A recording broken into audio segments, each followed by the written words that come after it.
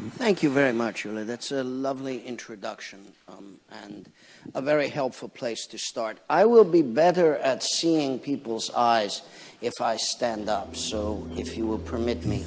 I regret that I must speak to you in my own language. I hope that won't be too inconvenient for people. If we're going to talk about European governance and the internet, which is what I was so generously asked to come to San Sebastian to do, you know, of course, that in my hometown newspaper, the New York Times, you are now the citizens of the coolest place in Europe, the most wonderful city. So I was very lucky to be invited to come and speak here about something I might know about, namely the internet, and something about which I'm not entitled to an opinion, European governance, but I shall try.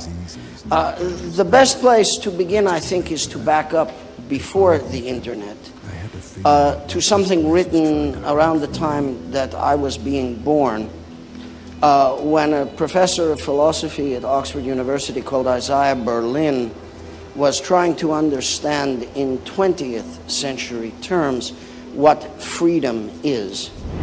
And in 1958, he gave a lecture on two concepts of liberty in which he defined a freedom to and a freedom from, which I stole for the title of this talk. Professor Berlin wanted to point out the way in which the concept of liberty or freedom in Western political thinking really embodied two ideas: a freedom from interference, a zone which belongs to us, which we accept that no power should be able to invade, and a freedom to, that is a positive freedom to become whatever it is that we wish to become, to be the captains of our own ship, the leaders of our own fate. The question that comes in the first kind of freedom is, what zone of my life is the state not allowed to interfere with? Where have I got rights to be free of interference?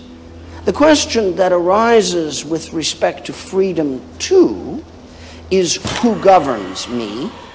Who determines what my fate is in the world other than myself?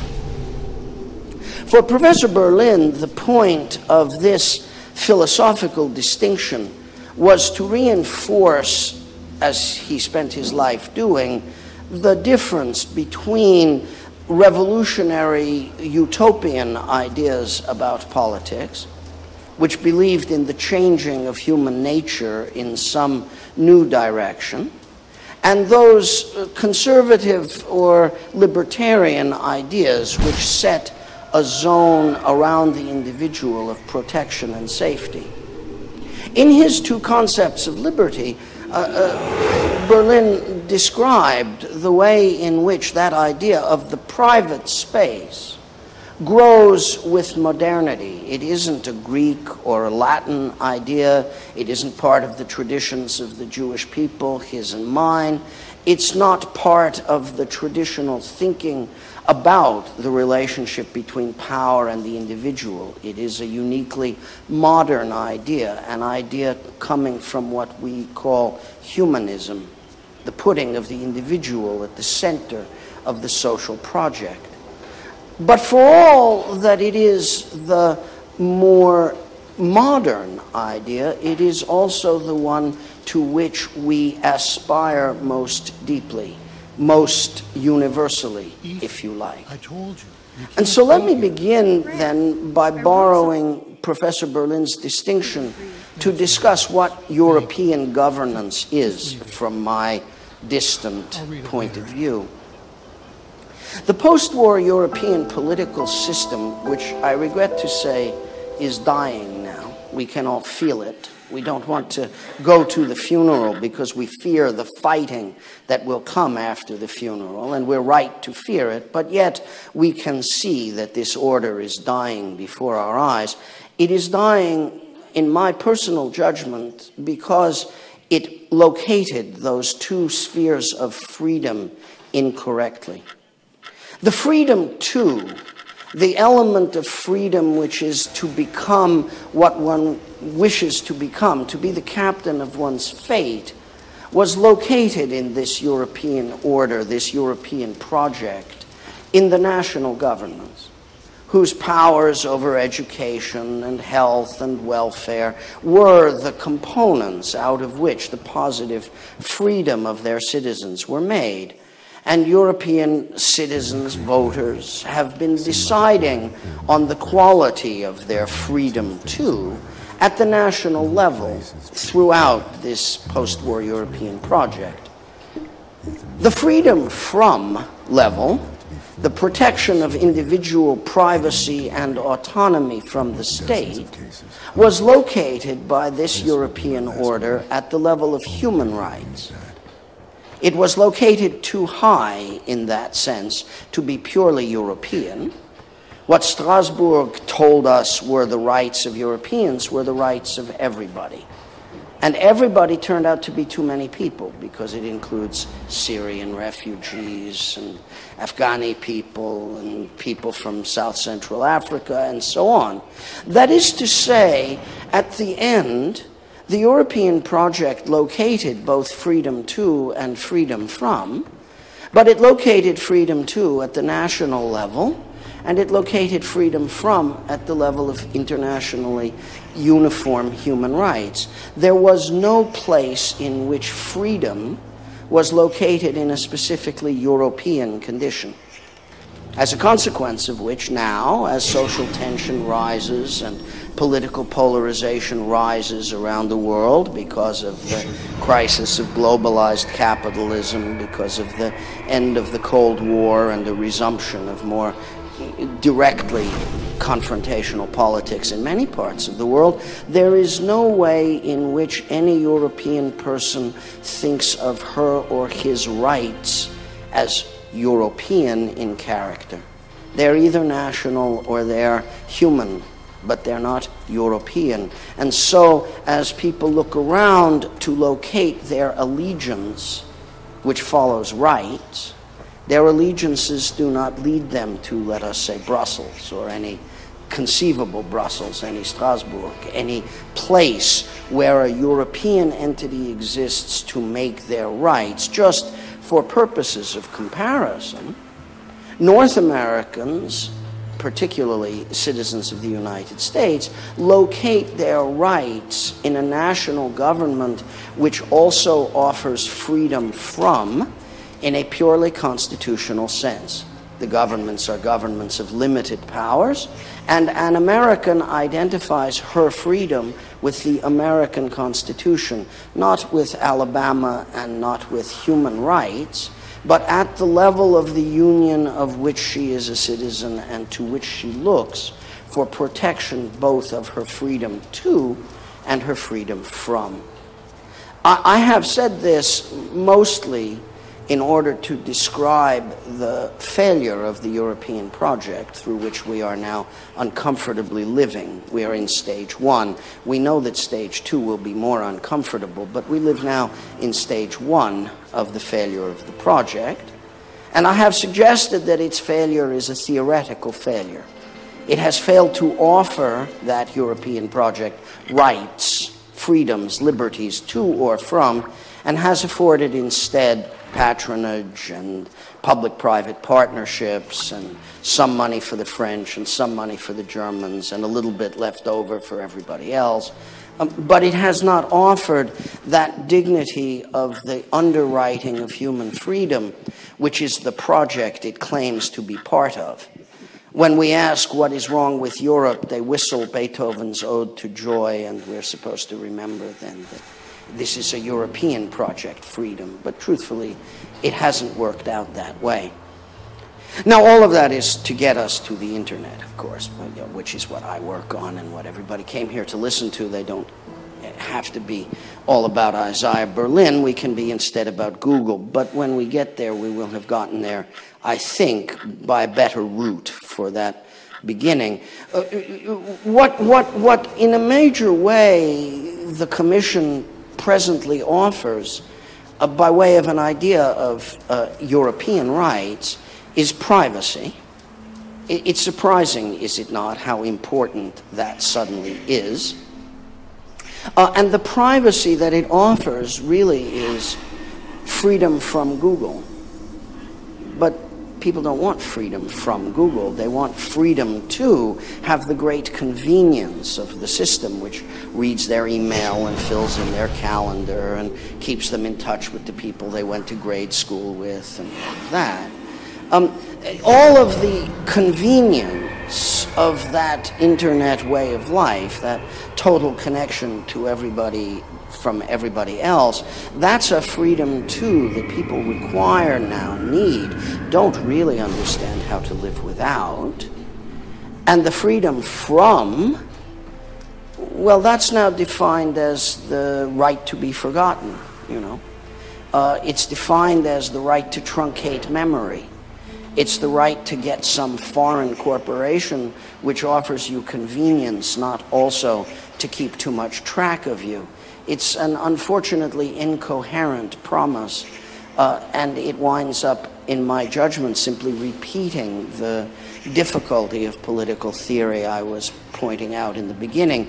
The Commission's way of ruling Europe, if there is a Europe for it to rule, it involves giving you freedom from things you'd rather keep, and freedom to be tracked and monitored, as Yuli was saying, in ways that you don't want and aren't supposed to be conscious of.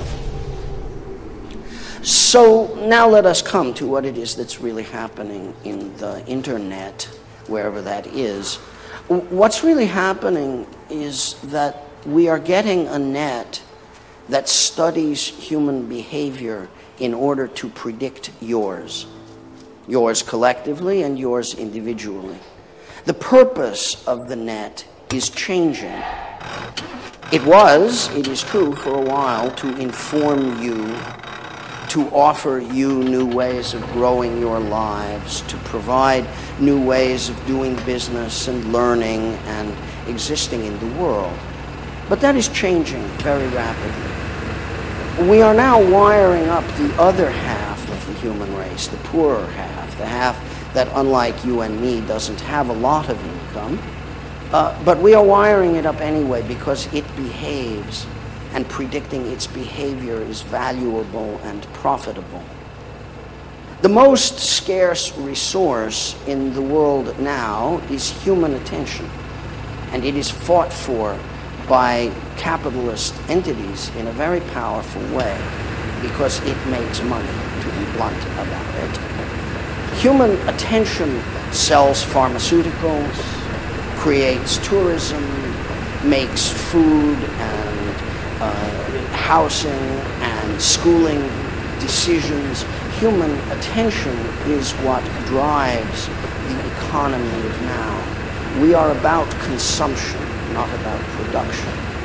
When the gross domestic product of the United States reached 70% consumption and only 30% production at the beginning of the 21st century, capitalism began to study consumers. Industrial capitalism of the 20th century studied production. It studied the stuff that was its raw material and how to make it into the stuff that was its finished products at lowest cost. What 20th century industry used computers for was making production smarter. What 21st century capitalism uses computers for is to be smarter than consumers, to know more about them than they know about themselves. You study the thing you make your money from, and they make their money from your behavior. So the net becomes a place where behavior is studied so it can be predicted. Several trillion times a day, the network that we now have, the network which is centered at Google and Facebook and Twitter and all the other services that you use, several trillion times a day, that network makes experiments with human beings. Stimulus, response, swipe left, swipe right, click, don't click, buy, shop, don't buy. Those decisions that human beings make, we forget almost immediately. Did you swipe left or did you swipe right? By the next morning, it doesn't matter anymore. You've forgotten. All the ones on which you swiped, whichever way it was, you barely remember. But the machine remembers. It remembers forever. It remembers everything everybody did yesterday, and it makes judgments accordingly. The machine, the network we are building, the one that we don't want, this machine is a behaviorist. Like B.F. Skinner, the American psychologist who created the idea of behaviorism in the middle of the 20th century, the machine inside which we now live has no need for a conception of human mind. Skinner's behaviorism was a way of doing psychology without mind. Its idea was there's just stimulus and response. You just correlate stimulus and response, stimulus and response. You don't need a conception of the mind behind. You can realistically just watch what happens. You apply this and that occurs. It is, after all, Isaiah Berlin would have said, one of those mechanistic conceptions of human nature which reduce sociology to physics, which create a science of human behavior, laws of how human beings are. That's the network we have, the one that Euler refers to as the monitoring network. We think of it as the one giving us freedom to do whatever learning, whatever working, whatever selling, whatever celebrating, whatever sexualizing we want. It's the machine which gives us what we want. From the perspective of the consumer, then, the real purpose of the machine is hidden. The real purpose of the machine is transcending the nature of the human mind, changing what human thought processes are for. In Manhattan, where I live, people also walk, as I see them walk around San Sebastian. But every day now in Manhattan, I watch people nearly killed because they are wearing earphones and they are typing and they step into the street, which is a bigger street than your streets, with more cars in it, and something nearly happens.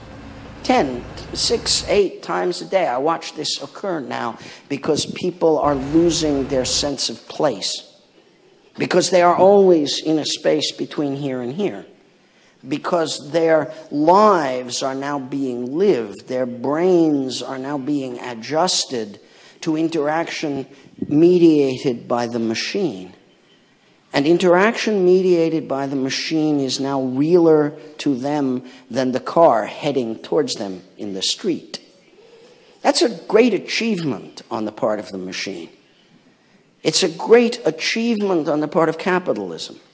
It's reshaping reality very fast, simultaneously, one human being at a time, except it's a lot of human beings all at once. To this, what is the European response? Well, actually, it is sue Google over something irrelevant. Spend 20 years at it, rinse, repeat.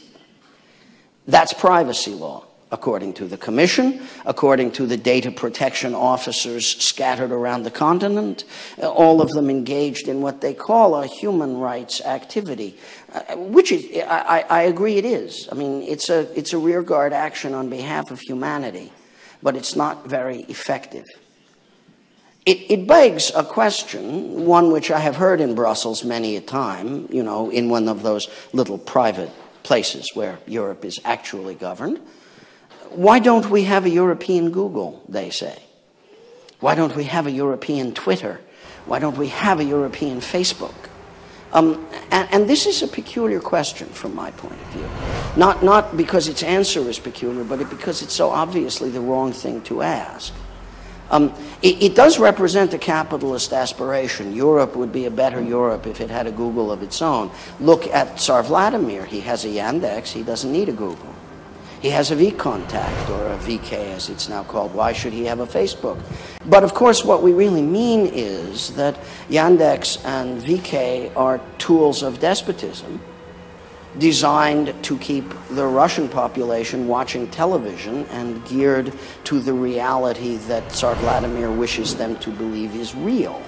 It's a tool for the reduction of reality to one person's view of the matter. Tsar Vladimir doesn't want the machine. Xi Jinping does, but he wants it to be a Chinese machine. The conduct of Chinese despotism in the 21st century is all about data mining.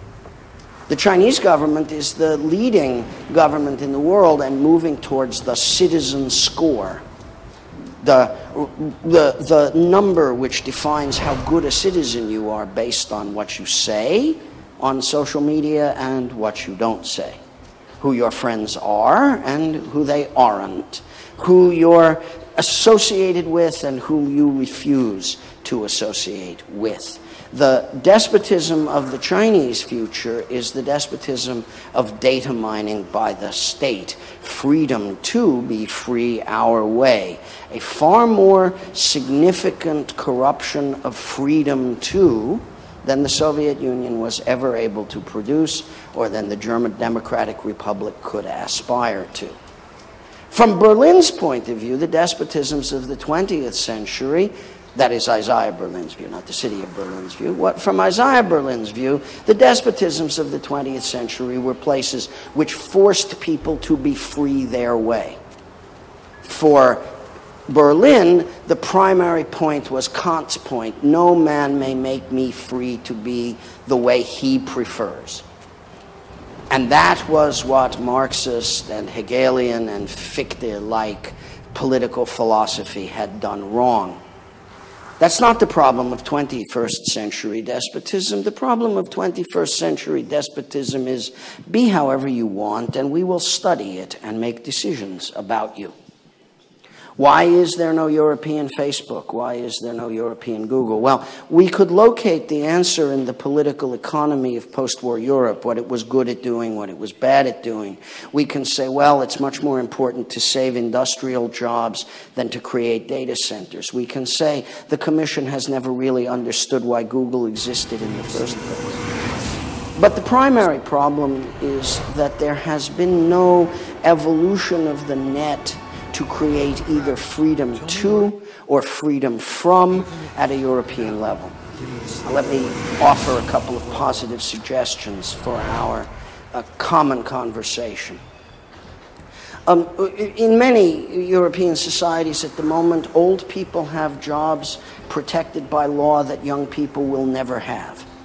And young people have no route to good employment that old people are not willing to give up their jobs in order to make easy. This is essentially the French problem of the moment, right? Labor law reform must reduce the security of employment so young people can have some jobs. Then young people go into the street and say, but we don't want crappy jobs like that. We want jobs protected by law to the same extent that our parents' jobs were protected.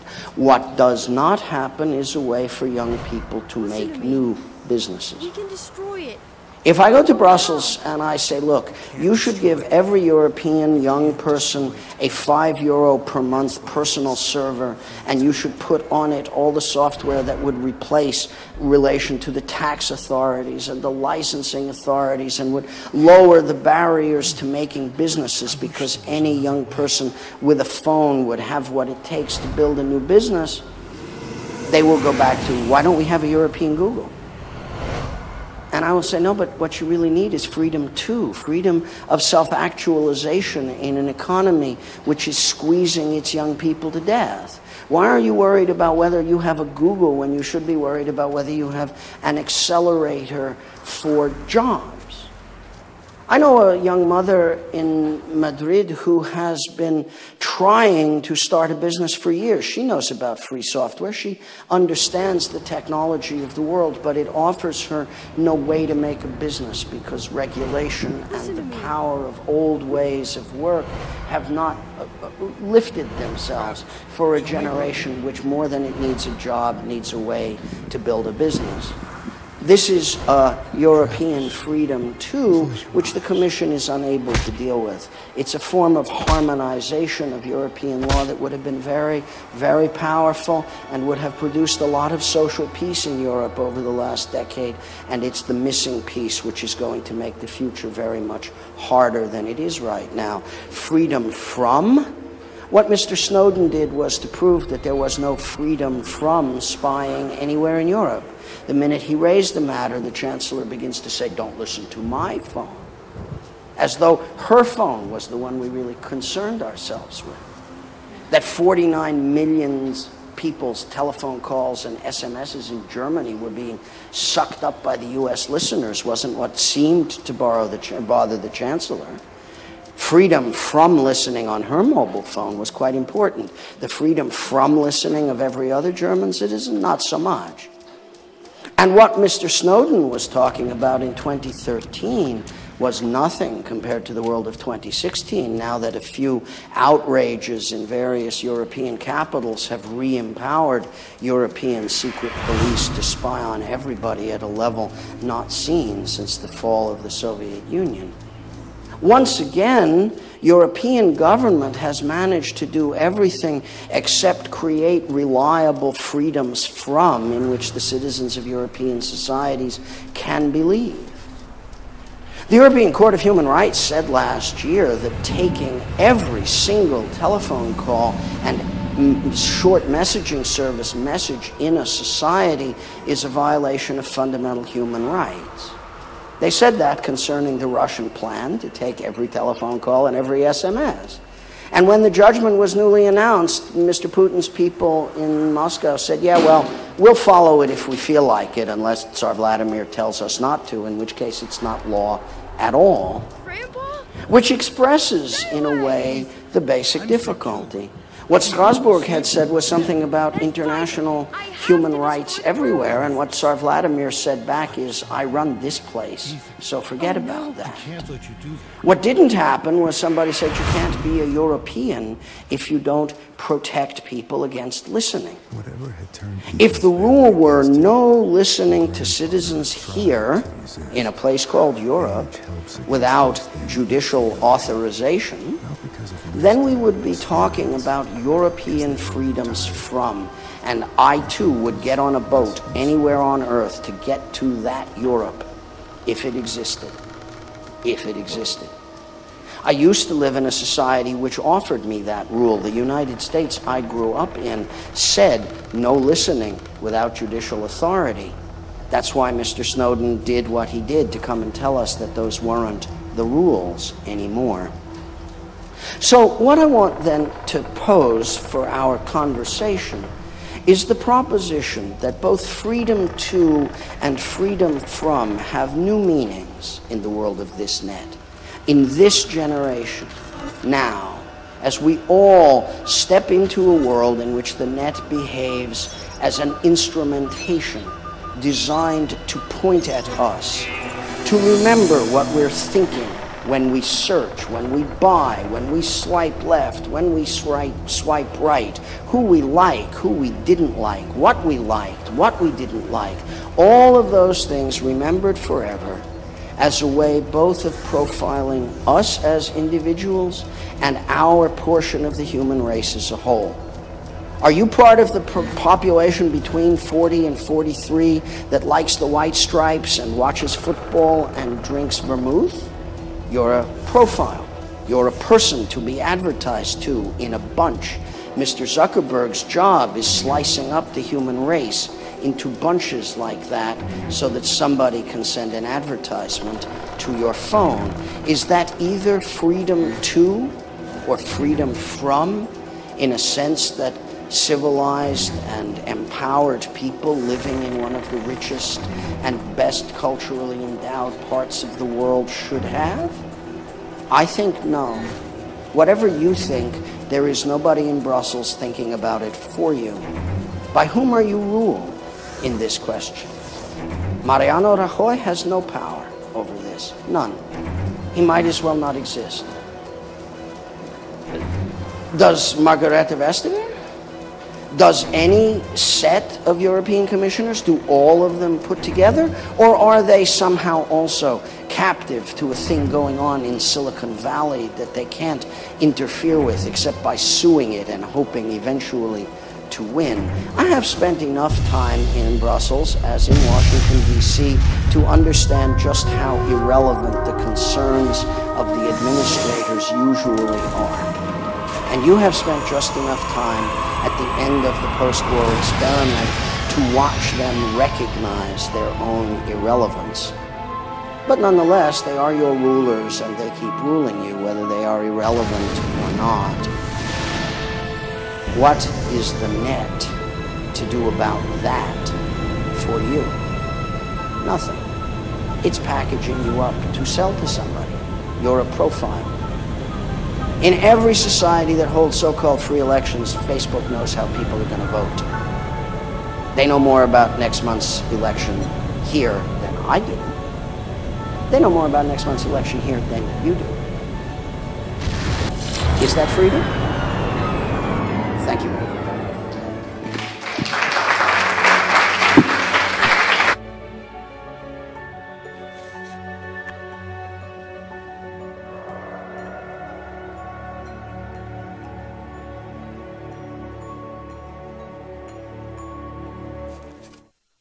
Get out of my room, Travis! Stories, always with the stories. Get out! I read the Fangs one. I liked...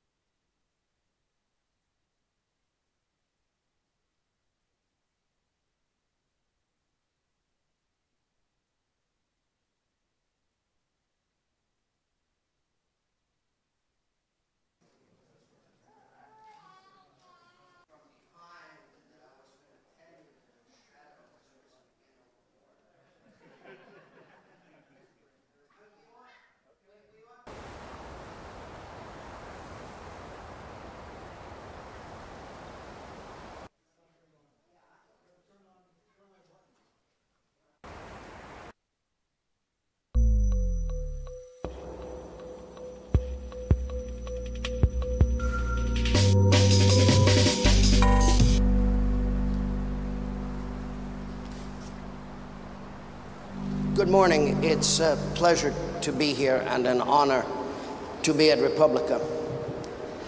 For the last 1,000 years, we, our mothers and our fathers, have been struggling for freedom of thought. We have sustained many horrible losses and some immense victories. And we are now at a very serious time. From the adoption of printing by Europeans in the 15th century, we began to be concerned primarily with access to printed material. The right to read and the right to publish were the central subjects of our struggle for freedom of thought for most of the last half millennium. The basic concern was for the right to read in private and to think and speak and act on the basis of a free and uncensored will. The primary antagonist for freedom of thought in the beginning of our struggle was the Universal Catholic Church, an institution directed at the control of thought in the European world, based around weekly surveillance of the conduct and thoughts of every human being, based around the censorship of all reading material, and in the end, based upon the ability to predict and to punish unorthodox thought. The tools available for thought control in early modern Europe were poor, even by 20th century standards, but they worked. And for hundreds of years, the struggle primarily centered around that increasingly important first mass manufactured article in Western culture, the book. Whether you could print them, possess them, traffic in them, read them, teach from them, without the permission or control of an entity empowered to punish thought. By the end of the 17th century, censorship of written material in Europe had begun to break down. First in the Netherlands, then in the UK, then afterwards in waves throughout the European world. And the book became an article of subversive commerce and began eating away at the control of thought. By the late 18th century, that struggle for the freedom of reading had begun to attack the substance of Christianity itself. And the European world trembled on the brink of the first great revolution of the mind. It spoke of liberté, égalité, fraternité, but actually it meant freedom to think differently. The Ancien Régime began to struggle against thinking. And we moved into the next phase of the struggle for freedom of thought, which presumed the possibility of unorthodox thinking and revolutionary acting. And for 200 years, we struggled with the consequences of those changes. That was then, and this is now. Now, we begin a new phase in the history of the human race. We are building a single nervous system which will embrace every human mind. We are less than 2 generations now from the moment at which every single human being will be connected to a single network in which all thoughts, plans, dreams, and actions will flow as nervous impulses in the network. And the fate of freedom of thought, indeed the fate of human freedom altogether, everything that we have fought for 1,000 years will depend upon the neuroanatomy of that network. Ours are the last generation of human brains that will be formed without contact with the net. From here on out, every human brain, by 2 generations from now, every single human brain will be formed from early life in direct connection to the network. Humanity will become a superorganism in which each of us is but a neuron in the brain. And we are describing now, all of us now, this generation, unique in the history of the human race, in this generation we will decide how that network is organized. Unfortunately, we are beginning badly. Here's the problem. We grew up to be consumers of media. That's what they taught us. We're consumers of media. Now, media is consuming us. The things we read, watch us read them. The things we listen to us listen to them. We are tracked, we are monitored, we are predicted by the media we use. The process of the building of the network institutionalizes basic principles of information flow. It determines whether there is such a thing as anonymous reading. And it is determining against anonymous reading. 20 years ago, I began working as a lawyer for a man called Philip Zimmermann, who had created a form of public key encryption for mass use called pretty good privacy. The effort to create pretty good privacy was the effort to retain the possibility of secrets in the late 20th century. Phil was trying to prevent government from reading everything.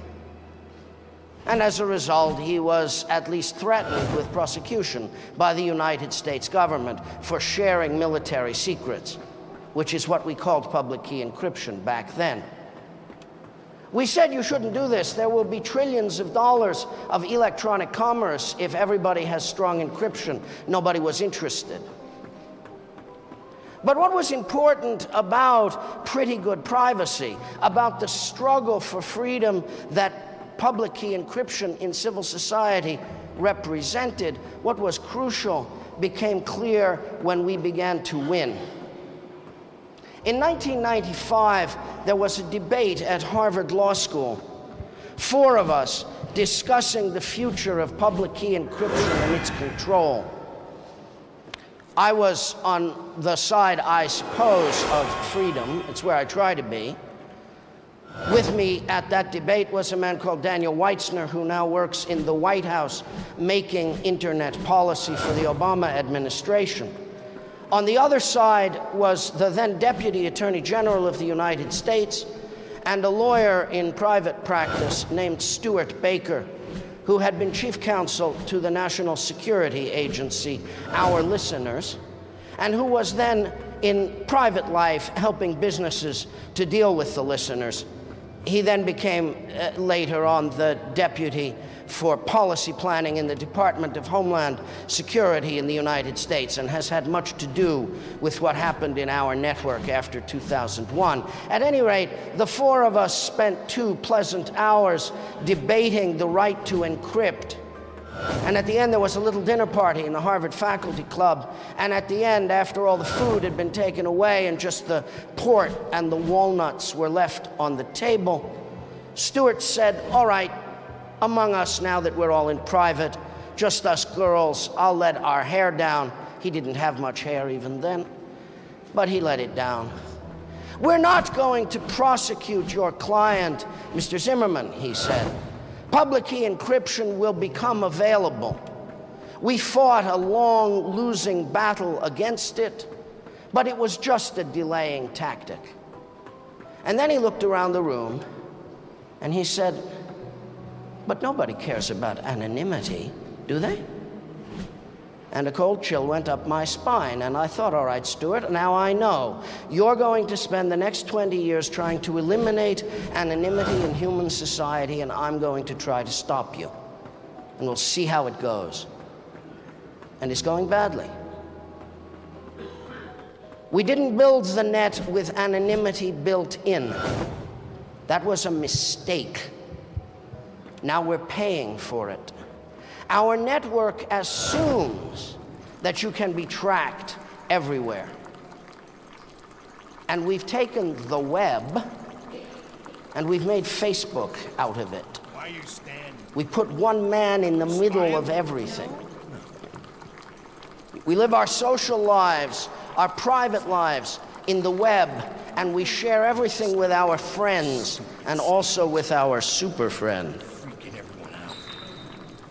The one who reports to anybody who makes him, who pays him, who helps him, or who gives him the $100 billion he desires. We are creating a media that consume us, and media loves it. The primary purpose of 21st century commerce is to predict how we can be made to buy. And the thing that people most want us to buy is debt. So we are going into debt. We're getting heavier. Heavier with debt, heavier with doubt, heavier with all we need we didn't know we needed until they told us we were thinking about it, because they owned the search box and we put our dreams in it. Everything we want, everything we hope, everything we'd like, everything we wish we knew about is in the search box, and they own it. We are reported everywhere, all the time. In the 20th century, you had to build Lubyanka, you had to torture people, you had to threaten people, you had to press people to inform on their friends. I don't need to talk about that in Berlin. In the 21st century, why bother? You just build social networking and everybody informs on everybody else for you. Why waste time and money having buildings full of little men who check who's in which photographs? You can feel it, right? Just tell everybody to tag their friends and bing, you're done. What did you wake up? Did I use that word? Bing, you're done. They're getting worse. There's a search box and they own it. And we put our dreams in it and they eat them. Leave the boy alone. And they tell us who we are right back. To help us. If you like that, you'll love this. Ethan. And we do. They figure us out. The machines do. Every time you make a link, you're teaching the machine. Every time you make a link about someone else, you're teaching the machine about someone else. We need to build that network. We need to make that brain. This is humanity's highest purpose. We're fulfilling it. But we mustn't do it wrong. Once upon a time, the technological mistakes were mistakes. We made them. They were the unintended consequences of our thoughtful behavior. That's not the way it is right now. The things that are going wrong are not mistakes, they're designs. They have purpose. And the purpose is to make the human population readable. I was talking to a senior government official in the United States a few weeks ago. Our government has been misbehaving. We had rules. We made them after 9/11. They said, we will keep databases about people, and some of those people will be innocent. They won't be suspected of anything.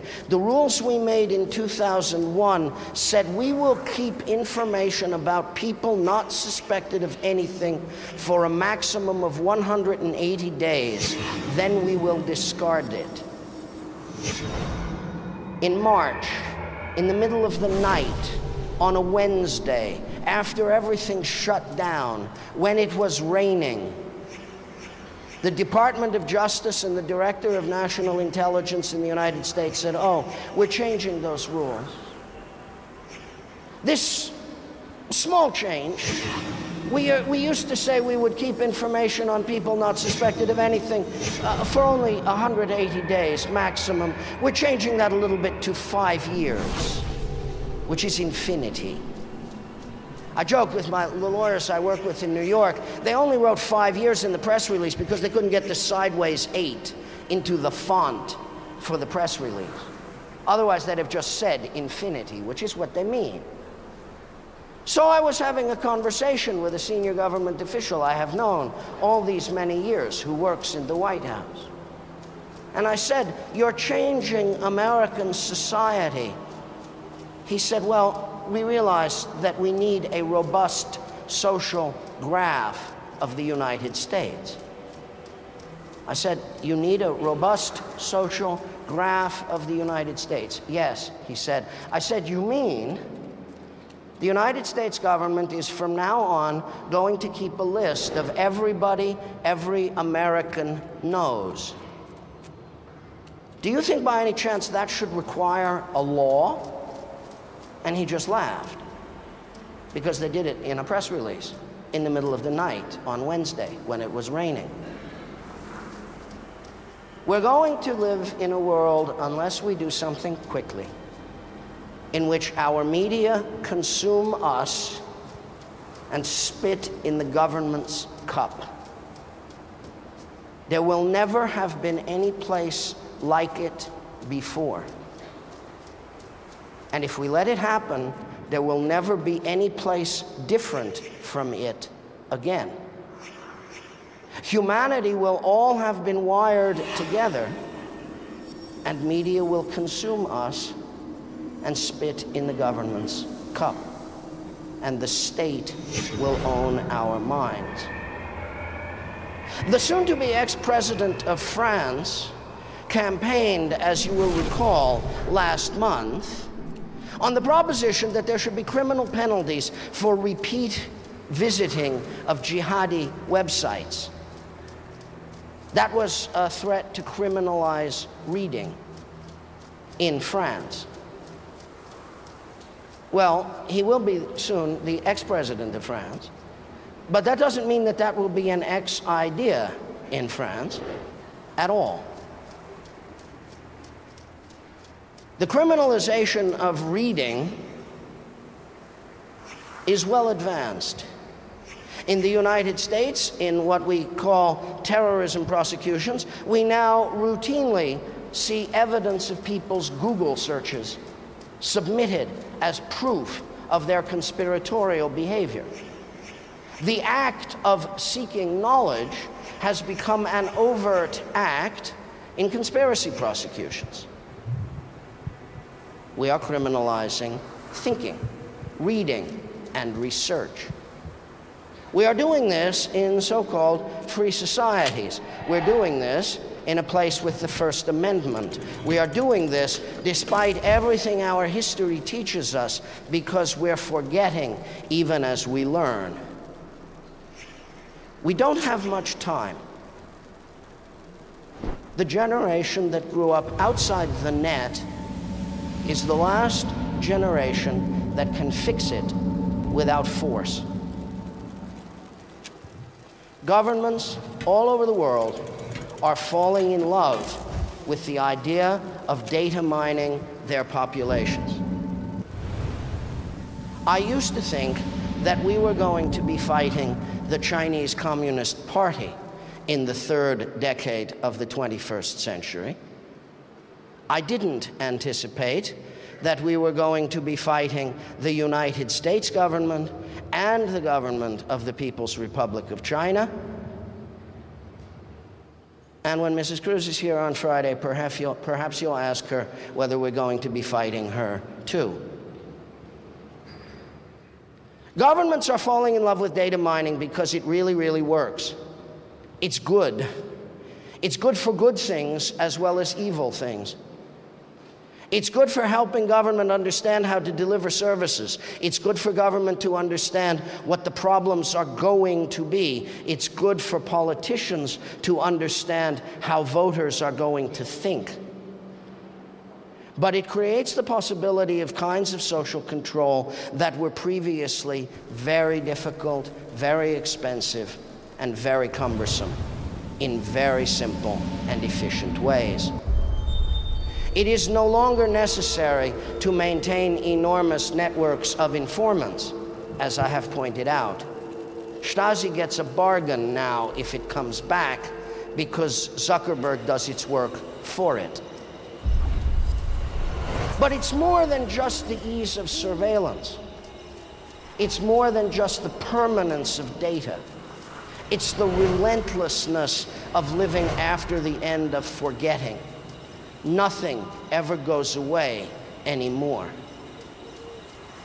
What isn't understood today will be understood tomorrow.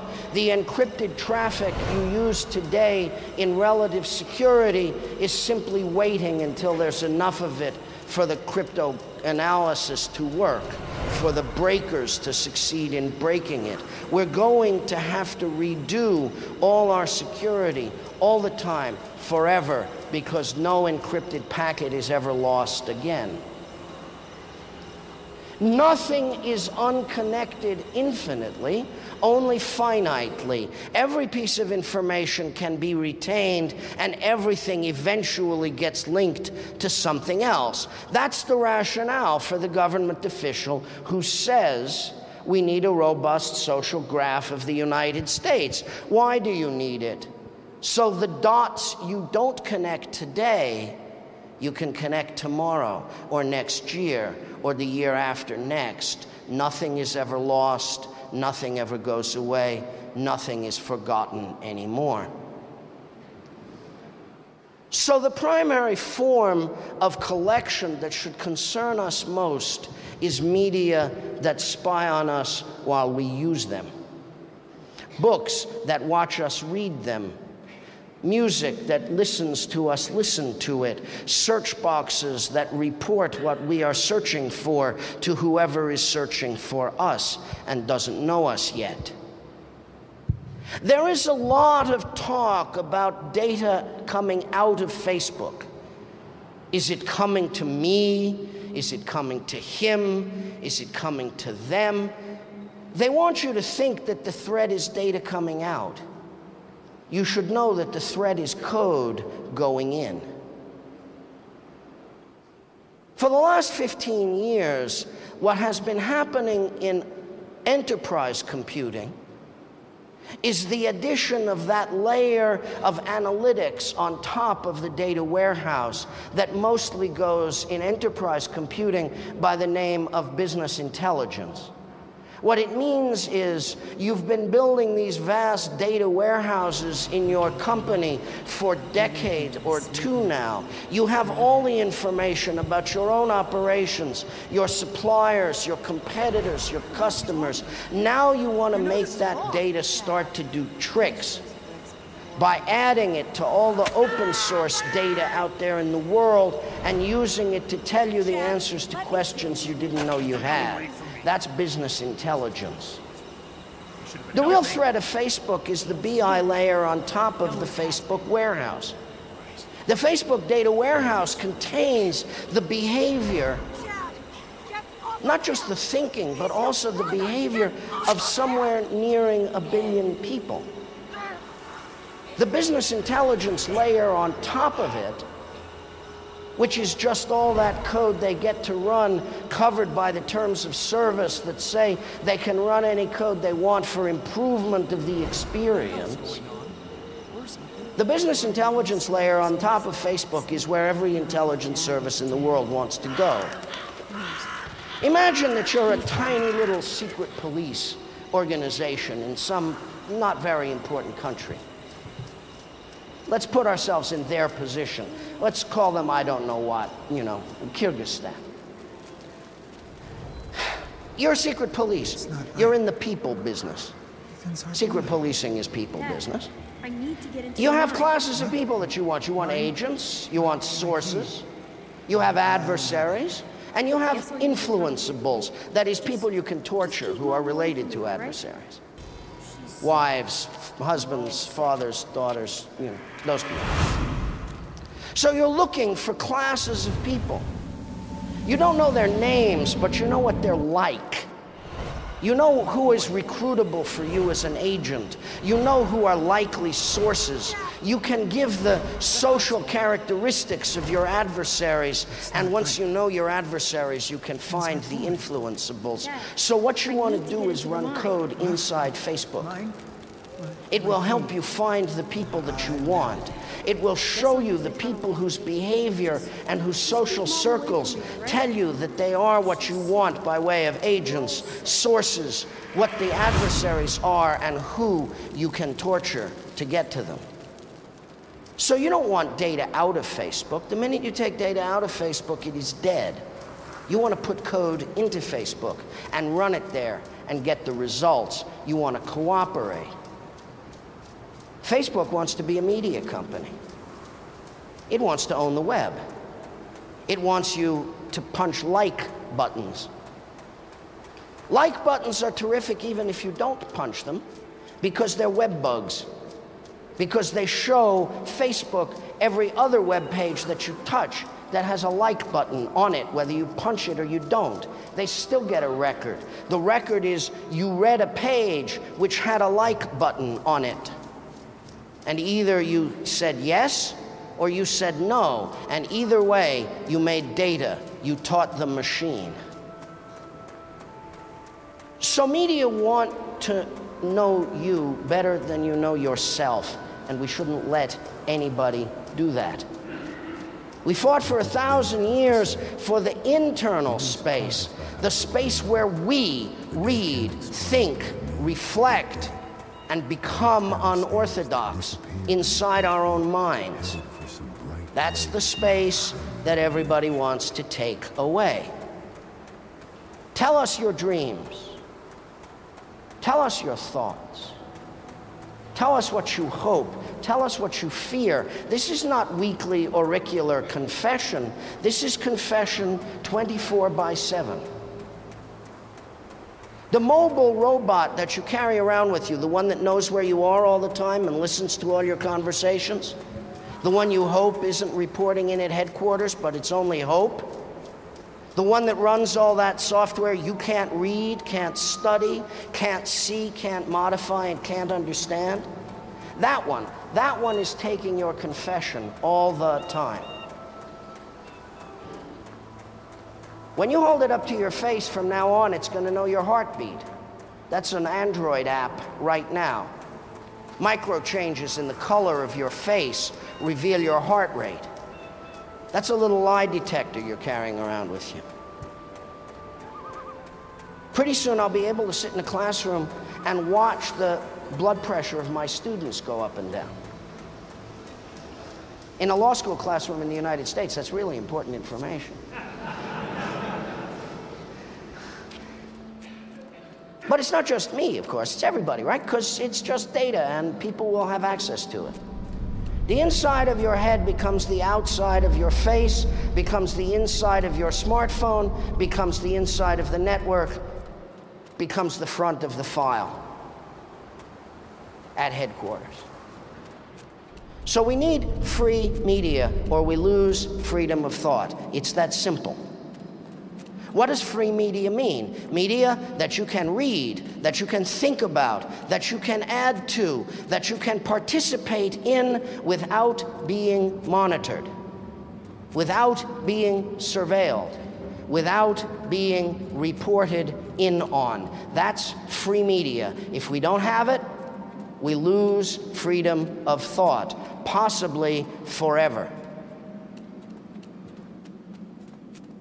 Having free media means having a network that behaves according to the needs of the people at the edge, not according to the needs of the servers in the middle. Making free media requires a network of peers, not a network of masters and servants, not a network of clients and servers, not a network where network operators control all the packets they move. This is not simple, but it's still possible. We require free technology. The last time I gave a political speech in Berlin, it was in 2004. It was called Die Gedanken sind frei. I said we need three things: free software, free hardware, free bandwidth. Now we need them more. It's 8 years later. We've made some mistakes. We're in more trouble. We haven't come forward. We've gone back. We need free software. That means software you can copy, modify, and redistribute. We need that because we need the software that runs the network to be modifiable by the people the network embraces. The death of Mr. Jobs is a positive event. I'm sorry to break it to you like that. He was a great artist and a moral monster. And he brought us closer to the end of freedom every single time he put something out because he hated sharing. It wasn't his fault. He was an artist. He hated sharing because he believed he invented everything, even though he didn't. Inside those fine little boxes with the lit up apples on them I see all around the room is a bunch of free software, tailored to give him control. Nothing illegal, nothing wrong. He obeyed the licenses. He screwed us every time he could, and he took everything we gave him, and he made beautiful stuff that controlled its users. Once upon a time, there was a man here who built stuff in Berlin for Albrecht Speer. His name was Philip Johnson, and he was a wonderful artist and a moral monster. And he said he went to work building buildings for the Nazis because they had all the best graphics. And he meant it, because he was an artist, as Mr. Jobs was an artist. But artistry is no guarantee of morality. We need free software. The tablets that you use, that Mr. Jobs designed, are made to control you. You can't change the software. It's hard even to do ordinary programming. It doesn't really matter. They're just tablets. We just use them. We're just consuming the glories of what they give us. But they're consuming you, too. We live, as the science fiction we read when we were children suggested we would, among robots now. We live commensally with robots, but they don't have hands and feet. We're their hands and feet. We carry the robots around with us. They know everywhere we go. They see everything we see. We list everything we say, they listen to. And there is no first law of robotics. They hurt us every day. And there's no programming to prevent it. So we need free software. Unless we control the software in the network will in the end control us. We need free hardware.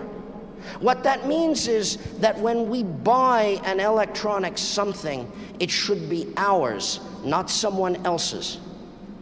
We should be free to change it, to use it our way, to assure that it is not working for anyone other than ourselves. Of course, most of us will never change anything. But the fact that we can change it will keep us safe. Of course, we will never be the people that they most want to surveil. The man who will not be president of France, for sure, but who thought he would, now says that he was trapped and his political career was destroyed not because he raped a hotel housekeeper, but because he was set up by spying inside his smartphone. Maybe he's telling the truth, and maybe he isn't. But he's not wrong about the smartphone. Maybe it happened, maybe it didn't, but it will. We carry dangerous stuff around with us everywhere we go. It doesn't work for us, it works for someone else. We put up with it, we have to stop. We need free bandwidth. That means we need network operators who are common carriers, whose only job is to move the packet from A to B. They're merely pipes. They're not allowed to get involved. It used to be that when you shipped a thing from point A to point B, if the guy in the middle opened it up and looked inside it, he was committing a crime. Not anymore. In the United States, the House of Representatives voted last week that the network operators in the United States should be completely immunized against lawsuits for cooperating with illegal government spying so long as they do it, quote, in good faith, close quote. And capitalism means never having to say you're sorry. You're always doing it in good faith. In good faith, all we wanted to do was make money, Your Honor. Let us out. Okay, you're gone. We must have free bandwidth. We still own the electromagnetic spectrum. It still belongs to all of us. It doesn't belong to anybody else. Government is a trustee, not an owner. We have to have spectrum we control, equal for everybody. Nobody's allowed to listen to anybody else. No inspecting, no checking, no record keeping. Those have to be the rules. Those have to be the rules in the same way that censorship had to go. If we don't have rules for free communication, we are reintroducing censorship whether we know it or not. So we have very little choice now. Our space has gotten smaller. Our opportunity for change has gotten less. We have to have free software. We have to have free hardware. We have to have free bandwidth. Only from them can we make free media. But we have to work on media too, directly, not intermittently, not offhand.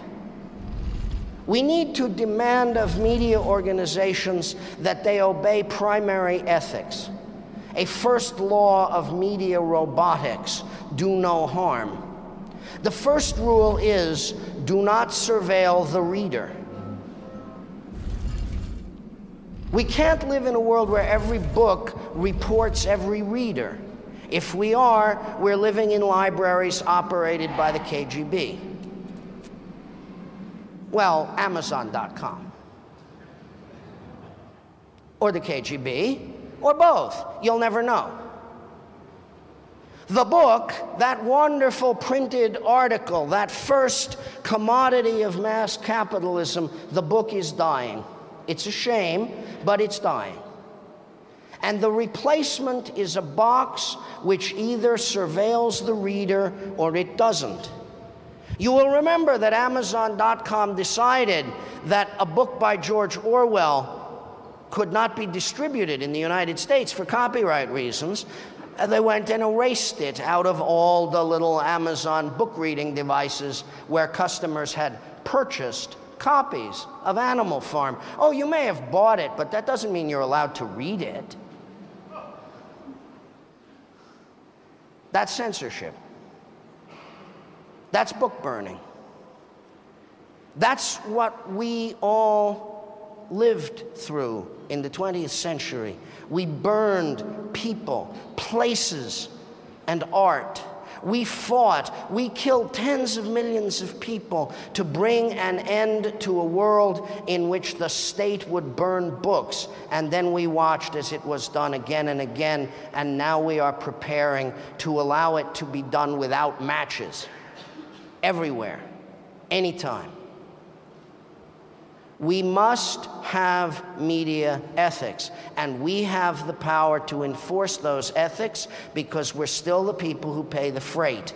We should not deal with people who sell surveilled books. We should not deal with people who sell surveilled music. We should not deal with movie companies that sell surveilled movies. We're going to have to say that even as we work on the technology, because otherwise capitalism will move as fast as possible to make our efforts at freedom irrelevant, and there are children growing up who will never know what freedom means. So we have to make a point about it. It will cost us a little bit. Not much, but a little bit. We will have to forego and make a few sacrifices in our lives to enforce ethics on media.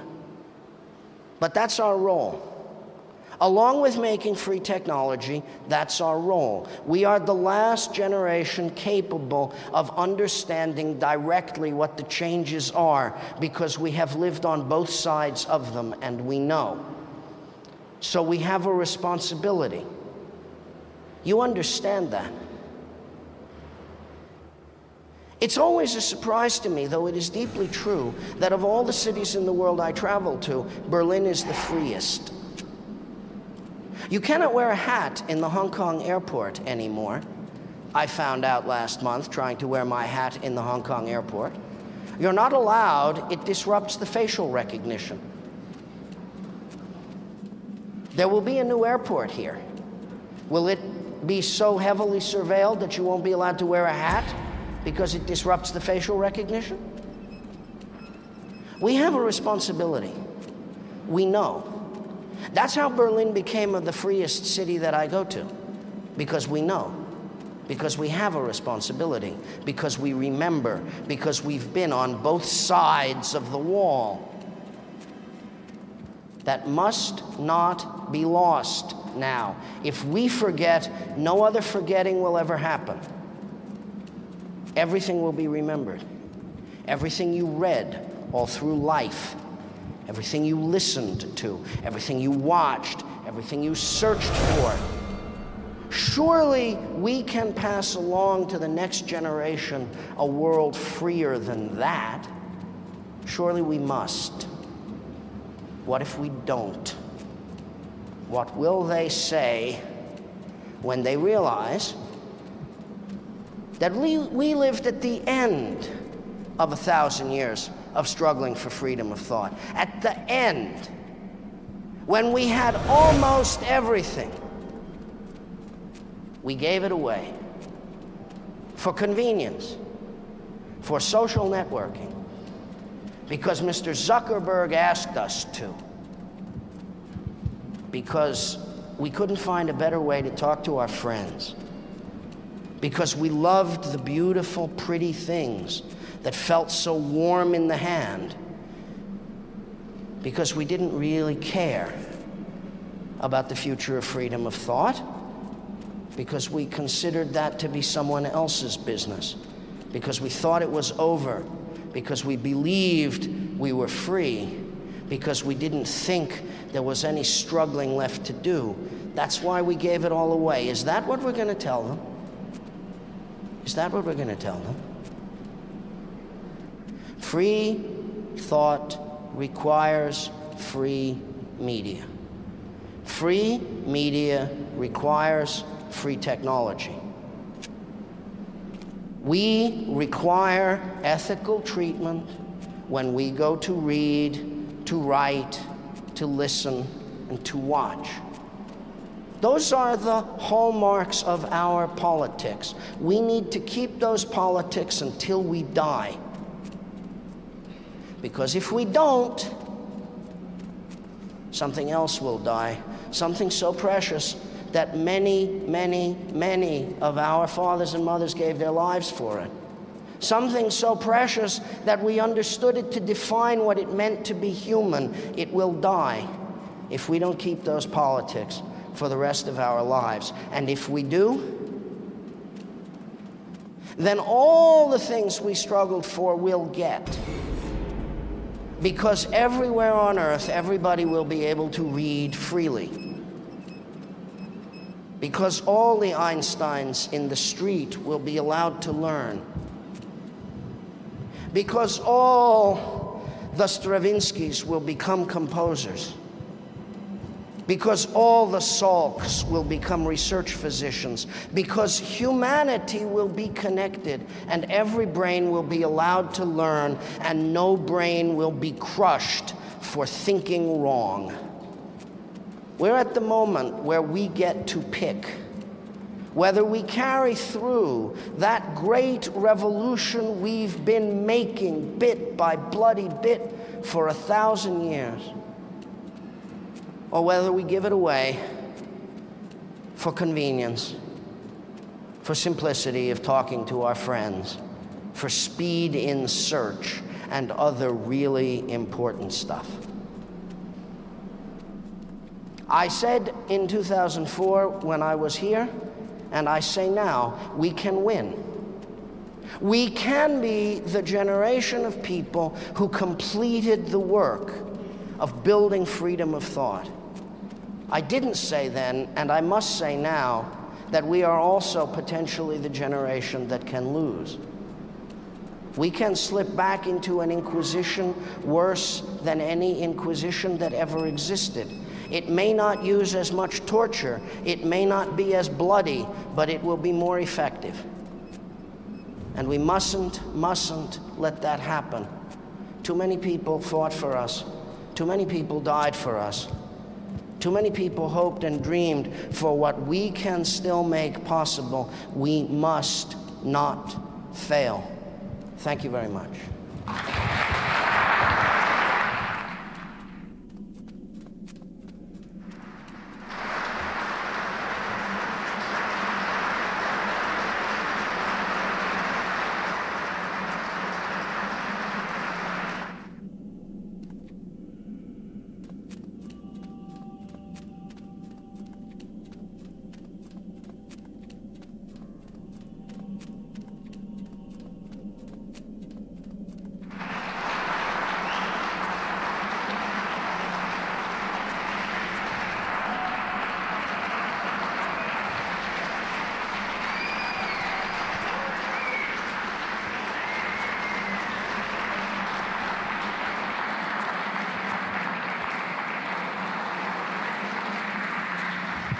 Let's learn how to take questions here. It's not going to be simple, but let's set a good example.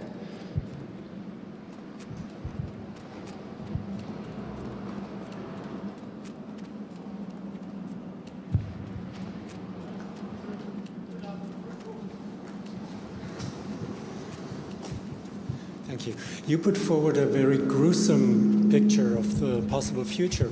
Could you name some organizations or groups in the United States that that put forward action in your way, in your positive way of transforming a society? Not only in the United States, but around the world, we have organizations that are concerned with electronic civil liberties. The EFF, the Electronic Frontier Foundation in the United States, La Quadrature du Net in France, Bits of Freedom in the Netherlands, and so on. Electronic civil liberties agitation is extraordinarily important.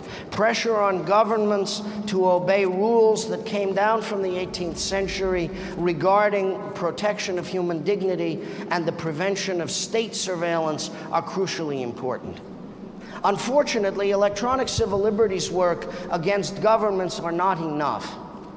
The free software movement, the FSF, the Free Software Foundation in the United States, and the Free Software Foundation Europe, headquartered in Germany, are working in an important way to maintain that system of the anarchistic creation of software, which has brought us so much technology we can control. That's crucially important.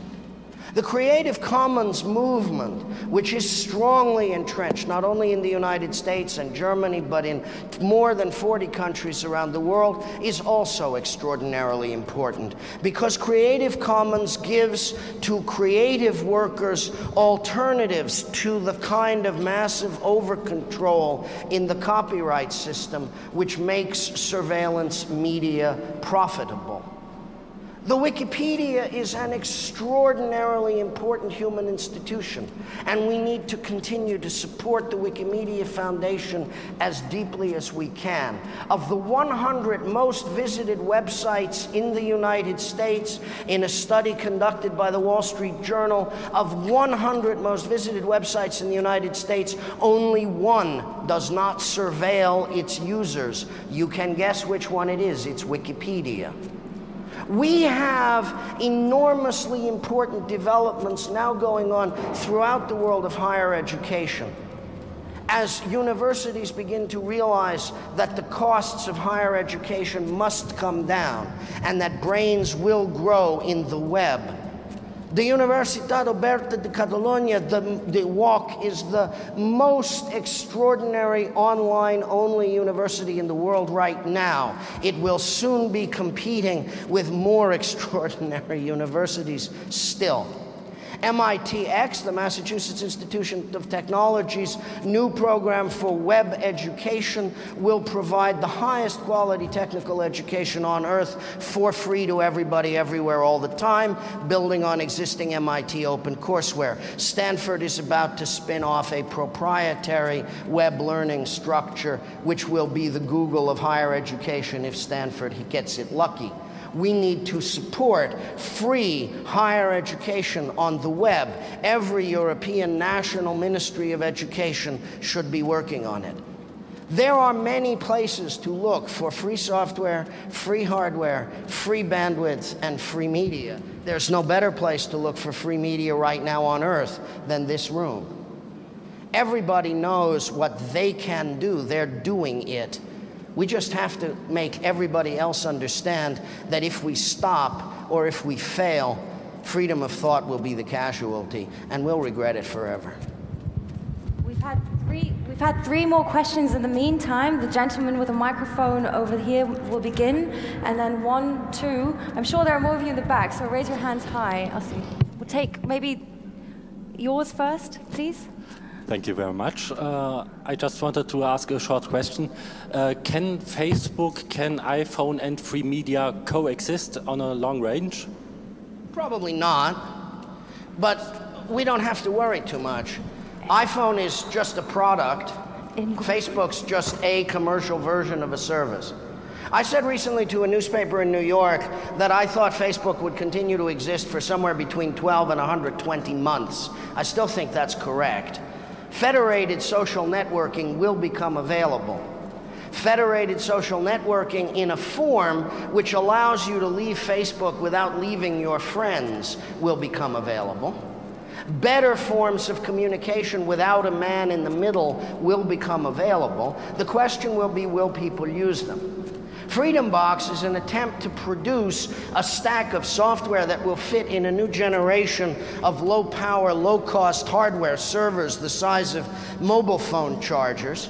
And if we do that work right, we will be able to give billions of web servers to the net, which will serve the purpose of providing competing services that don't invade privacy and are compatible with existing services. But mobile phones get changed very frequently, so iPhone goes away, it's no big deal.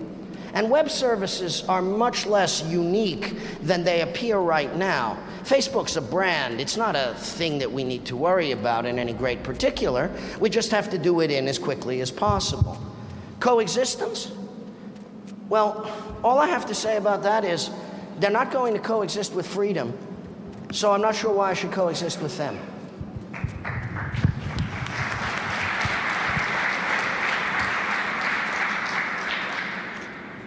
Hi, I'm Shahidul Alam from Bangladesh. Thank you for that wonderfully lucid, scintillating and hugely informative presentation. I was involved in introducing email to Bangladesh in the early 90s, and at that time connectivity was very expensive. We were spending 30 US cents per kilobyte, so a megabyte of data would be $100, $300. It's changed from then. But it's still very tightly constrained by the regulatory bodies. So we, on the ground, find it very difficult because the powers that be, the gatekeepers, have a vested interest in maintaining that. But in that gatekeeper nexus, there is also a nexus between governments in my country and governments in yours. And right now, the largest biometric data in the world is the census of Bangladesh, and the company that's providing it is a company that's directly linked to the CIA. So what do we as practitioners do to overcome very, very powerful entities? This is why I began by speaking about the United States government's recent behaviors. My colleagues at the Software Freedom Law Center in India have been spending a lot of time this past month trying to get a motion through the upper house of the Indian Parliament to nullify Department of IT regulations on the censorship of the Indian net. And of course, the good news is the largest biometric database in the world will soon be the retinal scans that the Indian government is going to require if you want to have a propane gas cylinder or anything else like energy for your home. And the difficulty we've been having in talking to Indian government officials this month is that they say, well, if the Americans can do it, why can't we? Which is unfortunately true. The United States government has this winter lowered the bar around the world on internet freedom in the sense of data mining your society to the Chinese level. They've fundamentally agreed. They're going to data mine the hell out of their populations, and they're going to encourage every other state on earth to do the same. So I'm entirely with you about the definition of the problem. We are not now any longer living in a place, in a stage in our history where we can think in terms of a country at a time. Globalization has reached the point at which these questions of surveillance of society are now global questions. And we have to work on them under the assumption that no government will decide to be more virtuous than the superpowers. I don't know how we're going to deal with the Chinese Communist Party. I do not know. I know how we're going to deal with the American government. We're going to insist on our rights.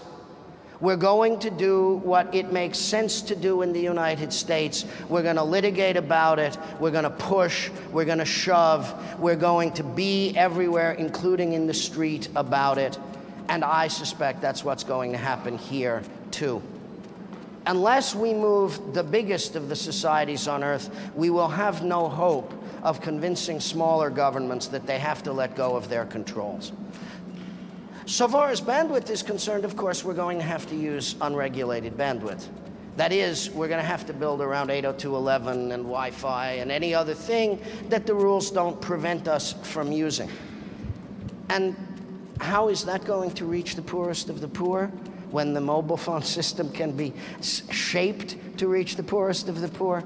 I don't know. But I've got a little project with street children in Bangalore trying to figure it out. We have to. We have to work everywhere. If we don't, we're going to screw it up for humanity, and we can't afford the risk. Thank you. The gentleman over here, please. Yes. Professor Moglen, I also want to thank you. I can tell you that I come from transformingfreedom.org in Vienna. And some years ago, I saw you talking on a web video at FOSDEM. And there I saw you pointing out the role of Zimmermann, Frederick, and we tried to help him as well. But listening to you today, I see that this is just too slow, too little. And I'm a bit amazed at two things. The first is the academic system. Let's say the European one was founded by Plato and was closed down by force about 1,000 years after. The second start of the European university was around the 11th century, and let's see if we get there to have it running as long as 1,000 years. So my question is, why is it not deeply in the self-structuring of academia to help the cause that you have talked about today? And why don't we have philanthropists helping our little projects running for 3,000 or 5,000 euros here and there, much more, let's say, efficiently, like maybe you would agree that Mr. Soros tries to do? Some years ago at Columbia, we tried to interest faculty in the state of preservation of the libraries.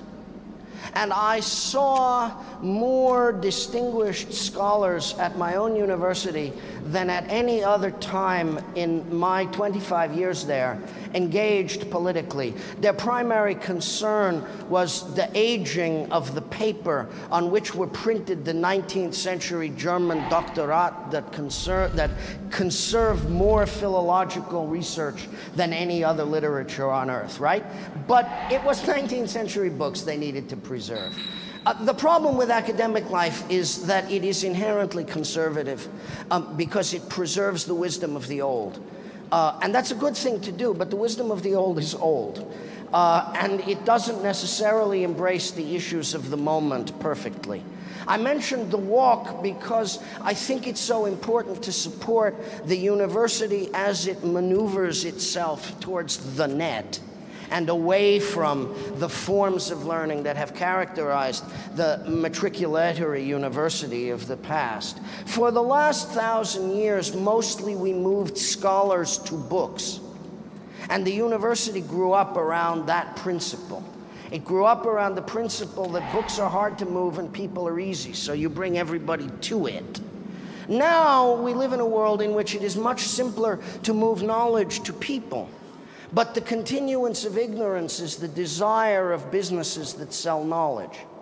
What we really need is to begin ourselves to help to turn the university system into something else. The something which allows everybody to learn and which demands unsurveilled learning. The Commissioner for Information Society will be here. She should speak to that. That should be the great question of the European Commission. They know. They printed a report 18 months ago that said for the cost of 100 kilometers of road, you can scan 1/6 of all the books in European libraries. That means for the cost of 600 kilometers of road, we could get them all. We built a lot of roads in a lot of places, including Greece, in the past 10 years. And we could have scanned all the books in Europe at the same time and made them available to all humanity on an unsurveilled basis. If Mrs. Cruz wants to build a monument to herself, it isn't going to be as a faithful dead politician. She's going to do it this way, and you're going to ask her. I'm going to be on a plane on my way back across the Atlantic, or I promise you I'd ask her myself. Ask her for me. Say, it's not our fault, Eben wants to know. If you want to hurt somebody, hurt him. You should be changing the European university. You should be breaking it up into unsurveilled reading. You should be putting Google Books and Amazon out of business. That's some North American, Anglo-Saxon, elbow capitalism thing. Why aren't we making knowledge free in Europe and assuring that it's unsurveilled? That would be the biggest step possible, and it's within their power. Thank you so much. Brilliant, thank you.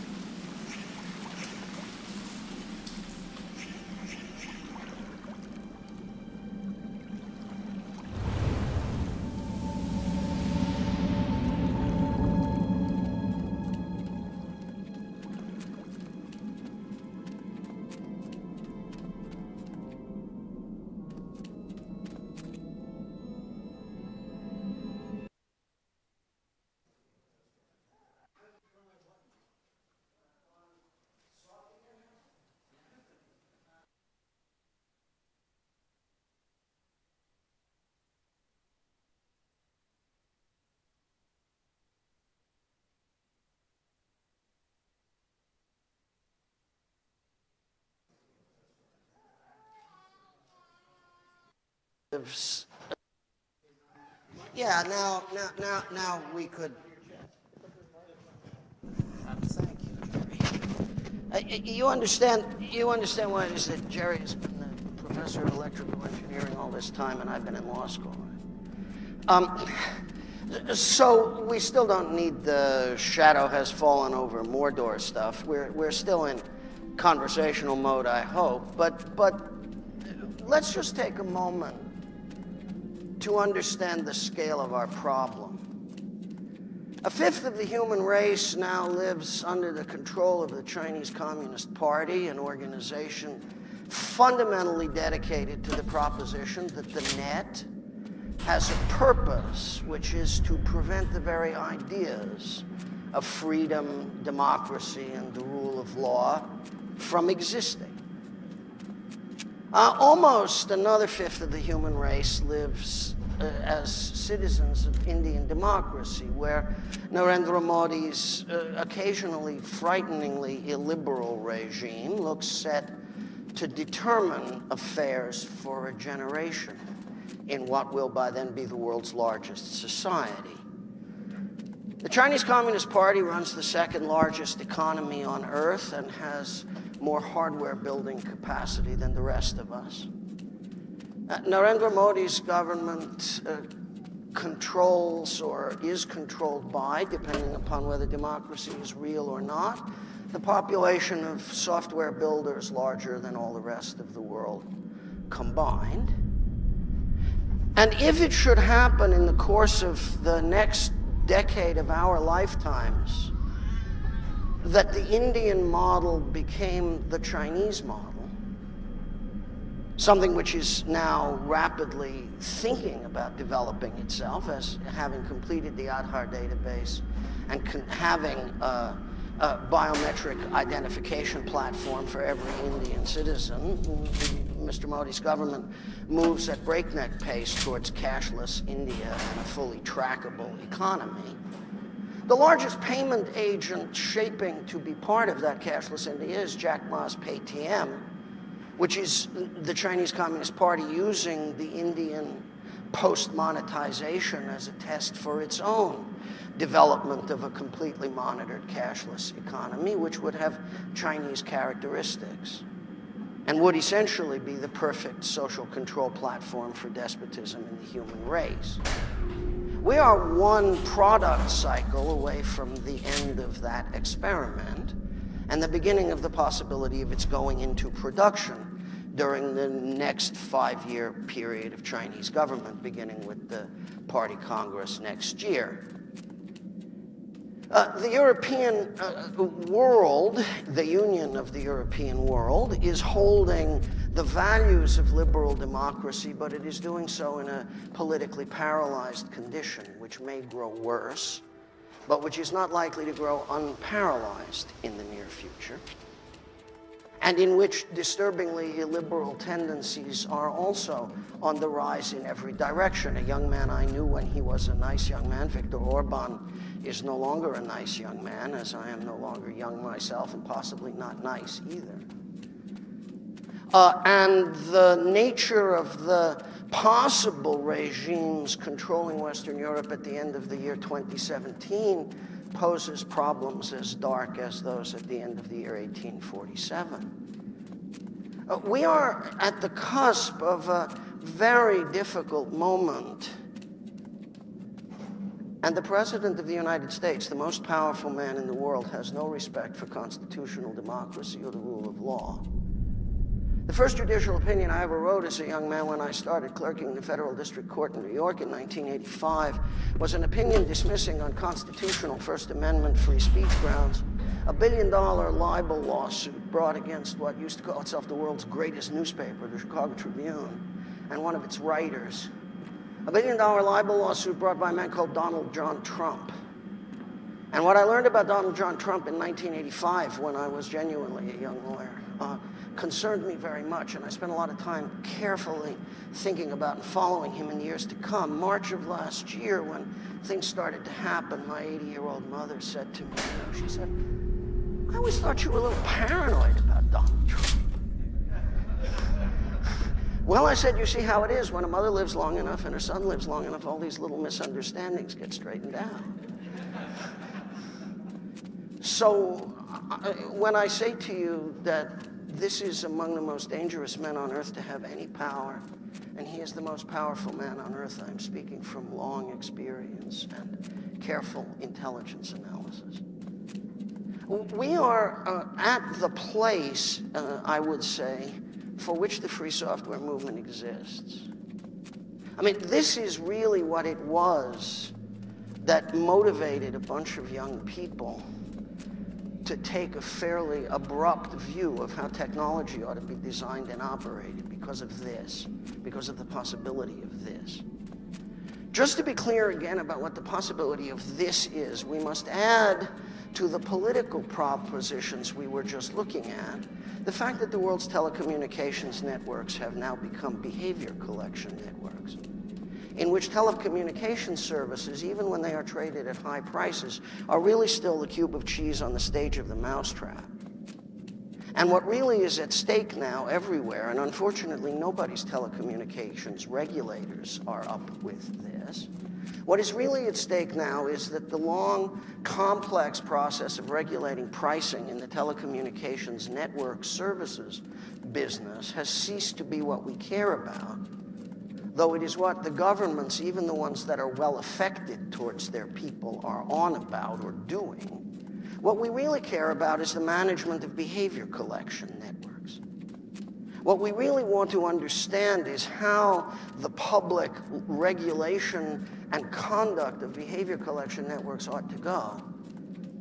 And oddly enough, we are the people with the longest thinking about this in the world. We thought about this early. Of course, our attitude about the regulatory problem posed was just say no. And we've done a lot of thinking and a lot of technology designing and a lot of using stuff and a lot of hacking on stuff other people made for us, largely from that just say no position. with respect to behavior collection and tracking and monitoring and all those things that the human system now is building. Our just say no-ness, however, was highly creative. It wasn't merely that we just said no. It was that we built an entire universe of technology on the basis of having said no. I could feel two kinds of darkness here. And Richard not only put us down the road of building technology, but secondary technology, legal technology, which I've spent an awful lot of my lifetime in the plumbing of. Unknowable.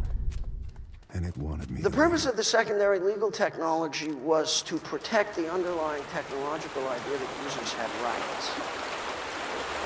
The purpose of the secondary technology in law and all of the tertiary element, all the government relations work, all the way to see everybody, keeping industry on side, and making sure that everybody felt comfortable enough about the licensing regime actually to use the code.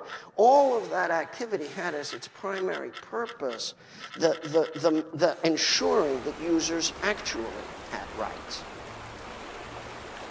We were, even then, after all, in our science fiction early in this all kind of way, we were actually pursuing very tightly the one public policy point that you can make around the world now to almost everybody to good effect, namely, users should have rights. And we have positioned ourselves as the experts on what it means for users to have rights. We have a whole bunch of answers to real practical questions about what would it mean for users to have rights. Copyleft is part of those answers, and GNU is part of those answers, and a series of philosophical and political positions about technology are part of those answers. Those answers are still way more than most of the rest of the world wants to receive. A drink from a fire hose in two senses. Too geeky for most of the world's decision makers and most of the world's users. And too uncompromising for a whole bunch of people who are within organizations or social structures which make it hard for them to agree with us as completely as they would like to, because there are real impediments to doing that. The interests of their businesses, the natures of their livelihoods, the dependencies that they themselves have on the things that we would urge them not to be dependent upon, and so on. Which has meant that all my life doing this, most of us did fit in this room, where it was always a pleasure to see people, and it's a pleasure to see you now, and it's wonderful to see so many old friends. But here we are, and in a conversational tone, we can say that for the last couple of years, we have been watching the world come to a crisis about which we know an awful lot, which doesn't mean we can do an awful lot. We have, after all, got a really serious problem at the moment, because even though the thing we're dealing with feels exactly like who we have grown up to be to deal with it, the scale of it has escaped our ability to believe that we're going to be effective very quickly. And the question, what can we really do, is the one resounding inside our crania, right? We can do, but what would we really do about a mess this big?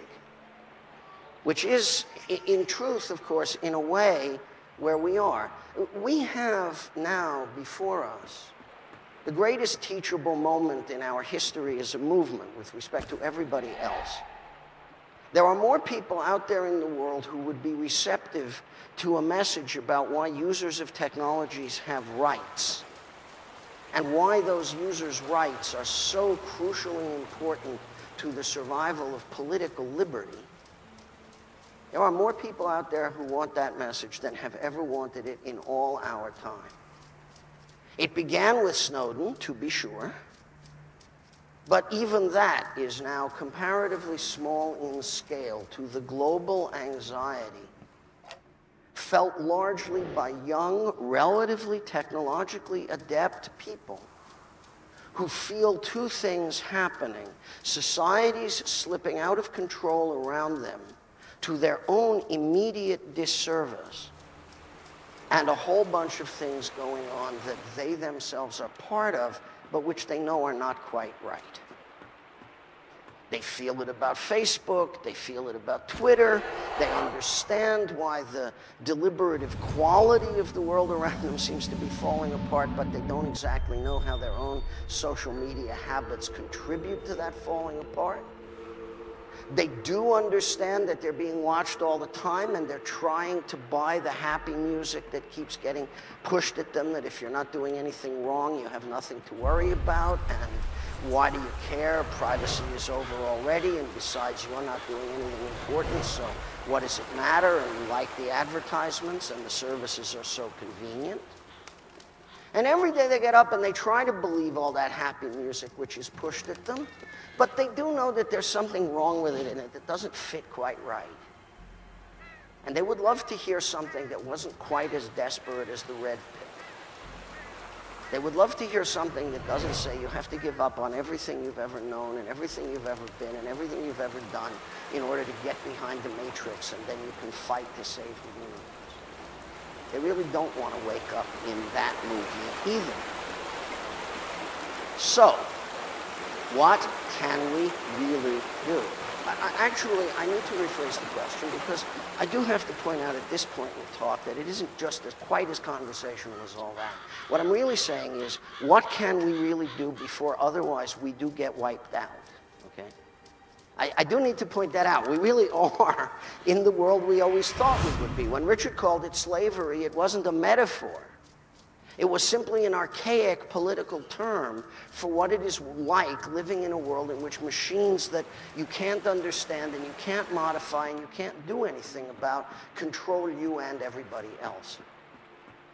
Let me offer two thought experiments just before I start saying what we can do, so you know why it's not just what we can really do, but why we have to. One, ask yourself what would happen if, in the next several months, you woke up one day and Google had decided to replace the Linux kernel at the bottom of Android with a permissively licensed kernel like Fuchsia. From the point of view of the traditional analysis of free software, it wouldn't matter very much. The free software content of Android, such as it is, would have remained the same. But the loss of copyleft at the operating system kernel layer in the only mobile operating system you can even come close to using safely would mean that you could never come close to using it safely again. Users would have no rights at the bottom of the only mobile computing stack in which they have any rights. The situation would then look pretty much the same, but it wouldn't be the same at all. Think about that one. It's close. We have not actually made that further off. We have brought it nearer, unfortunately. But let's leave that for another day. Here's a second thought experiment. You live in a community run by the Chinese Communist Party, a fifth of the human race wide. All payments are cashless and electronic, and citizen rating determines what you can buy and sell and whether you get it quickly or slowly. Whether train tickets are available when you want them, whether your Taobao delivery comes on time or late. Everything is priced according to the political rating that you have, which is tied to your credit rating. What has really happened, I know, Black Mirror does this all the time. We're so bored with it. Why are you bothering to ask us? I know. But if it's not just classy television, if it's a thought experiment so that you feel intellectually responsible as a physicist for the result, let me tell you what the result is. It's called slavery. But it doesn't feel like that because it feels like inconvenience. It feels like friction in life, and if only you would be subconsciously adjusting to be a more compliant person, it would get more convenient. I hope you do understand that that's a much better way to run a despotism than by having a gulag. You keep the gulag because there are some people who are non-deterrable.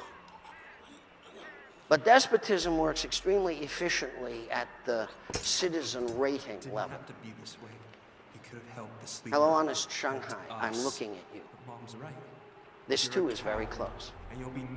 So, now, what can we really do before we get wiped out, in the sense that wiped out is the two thought experiments I was just offering? Near to here. It doesn't feel like the last war. In fact, of course, we're not at war at all. What's the point of being at war? That's okay when you're being opposed by Microsoft. What sense does it make to talk about that with respect to the Chinese Communist Party? Or Tsar Vladimir and the little Sultan and all of illiberal Europe and Donald John Trump? This is not a time, oddly enough, despite the fact that our backs are against the wall and this is it for confrontation. Confrontation is useless. Teaching. Positive engagement. Okay, what can we do? One, we have to save copyleft. Copyleft, that is to say, the undertaking that users have rights in technology in some defined way, available in some sense for vindication by the rule of law, where the rule of law exists, but more importantly, available for vindication because there is a broad social consensus around the world, stretching from the biggest companies to the smallest programmers, that this is the way to do it. And it has been a very strong consensus for a very long time, and it is almost broken now, and we have to deal with that. We have a number of governments around the world whose research structures have begun to discriminate against copyleft in research funding. I have this problem, as I was talking about last fall, in a number of respects with the National Science Foundation and DARPA and other crucial research funders in the United States. Our colleagues at FSF Europe have those problems in European structures too. We must go after the justification of copyleft, and we must do that to governments and to industry, and we have to restore trust in the arrangements, which, it is true, are not at their best. But this we must do because this is the conceptual tool for explaining that users have rights, that we can make those rights effective, that we have proven that we have built structures around the world everywhere that respect that, even in places where the political ideology lying behind the license is completely disrespected. The Chinese Communist Party has troubles with copyleft, but they're the wrong ones. Eventually, they will figure out the right reasons not to allow it, but not yet. And we have to take advantage of that, too. Second, we have to deliver working freedom now. We love to tinker. We love to say that things aren't quite good enough yet. We love to believe that our stuff isn't as good as it is, but at the moment, none of that is feasible anymore. Because we need to prove concept and run code for ordinary people who want to make political change. If we can deliver freedom to them in technology, they will adopt the idea of technological freedom as their own, and they will advance it in their political movements and along their lines. If we don't deliver it to them, then we remain alone with a very good idea that doesn't quite work for them, and therefore is hard to say belongs on the agenda of everybody else. If you're a town hall group in the United States, we need a single board computer with a turnkey system that allows you to be a town hall group perfectly.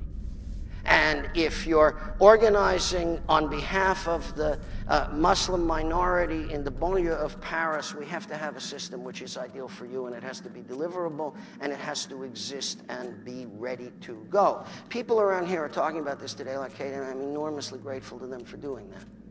This is central operational work for the movement right now.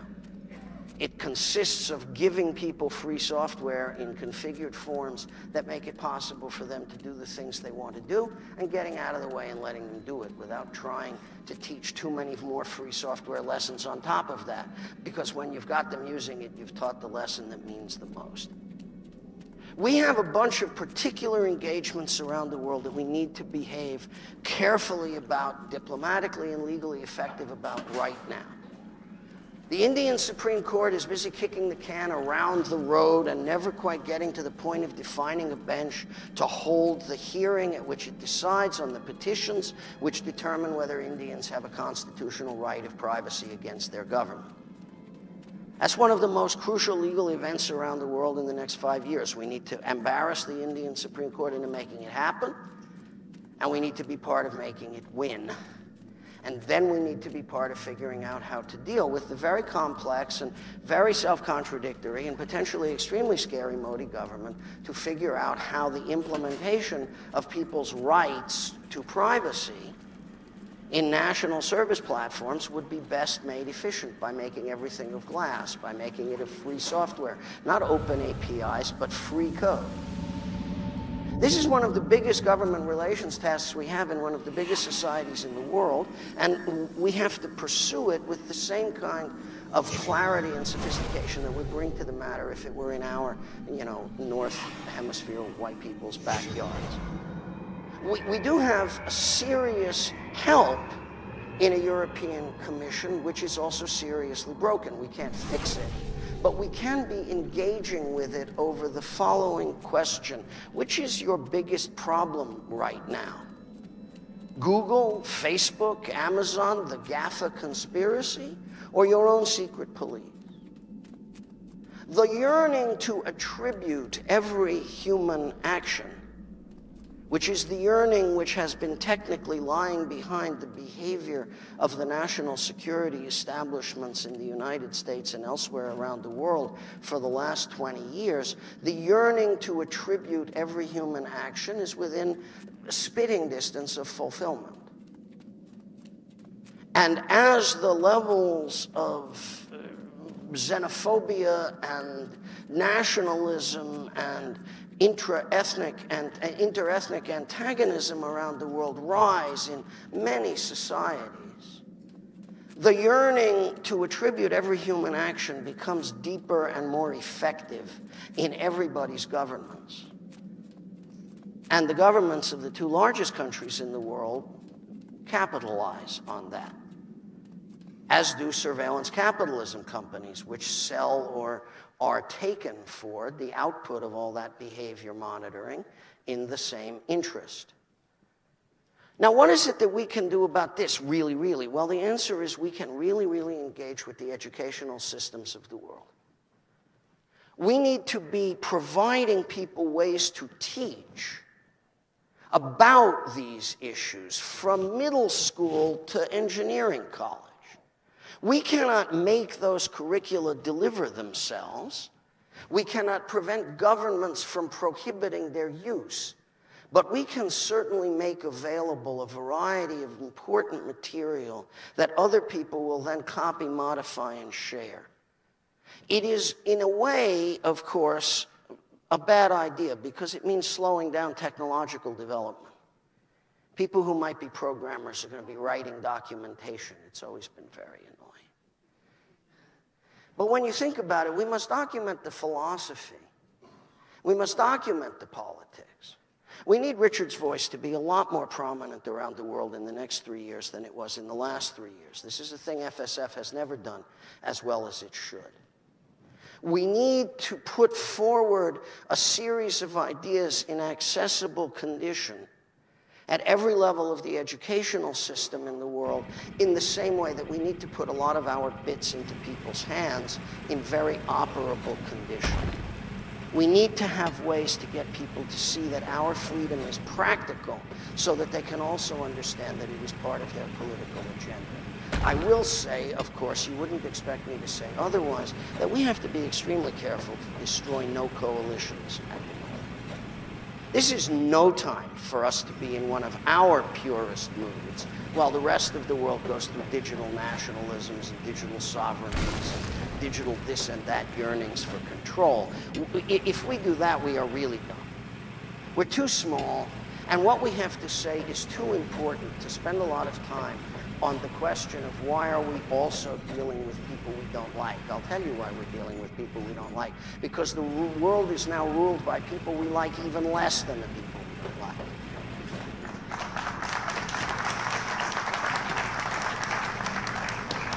Right? So no time needs to be spent on that, right? Here's what we mean then.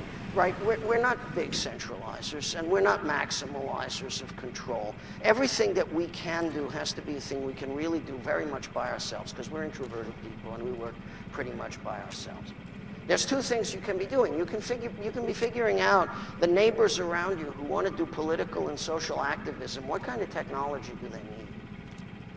I was really, really, really, really proud of a lawyer I have trained who went out to Kennedy Airport during the first executive order crisis And when she got out to Kennedy Airport, she realized that the lawyers didn't need another lawyer. They needed somebody to make the Wi-Fi work. And they needed somebody to get the printers to operate correctly. And so the Georgia Tech part of her, not the Columbia Law School part of her, was the part that actually needed to be at the airport that day. So she dug in and did it that way. So one thing you need to do is to deliver bits to people in condition that will make their social change activism better and that will be branded free software. So they'll know that freedom brought it to them, and they'll remember to bring freedom to the party when they do whatever they do. And you need to be documenting why we do this. You need to be documenting the philosophy, preferably for an 8th grader, right? Preferably in a way that a 7th grade class could talk about. Preferably in a way that a high school CS curriculum could. When my nephew Pierre was 15, he was in a Montgomery County, Maryland school. And he was in a magnet program for math and computer science. And he came home one day very excited because the whole day was spent in the classroom with his teacher talking to him about what Richard and I had done. So suddenly I was an important person because computer science said so. And I have to admit that computer science talks about me so infrequently that I too was there. The thing we need to do is to document what we have thought, not just the code we put out. It's what we thought that really matters. The book I am working on right now is written in part to a reader 75 years from now. And I say to that reader at the end of the first chapter, a lot of what I have to say in this book may be of no use to you, whatever. You know how the story came out. But it might have one thing to offer you that would be valuable for you at 2019. This book may contain the location of a thing that is hidden to you. Not just out of sight, but buried beyond mind. A thing which those of us who were born in the 20th century cared a lot about. So much, in fact, that we were willing to struggle and die for it. And this book may help to tell you where it is buried. We called it freedom. Thank you very much.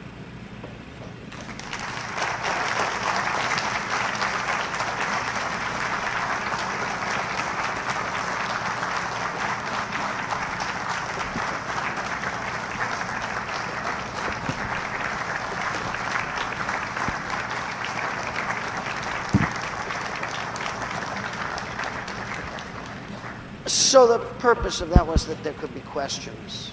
Questions, please.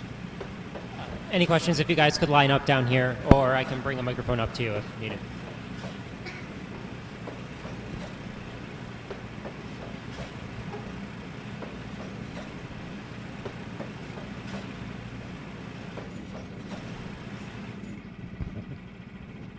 Please.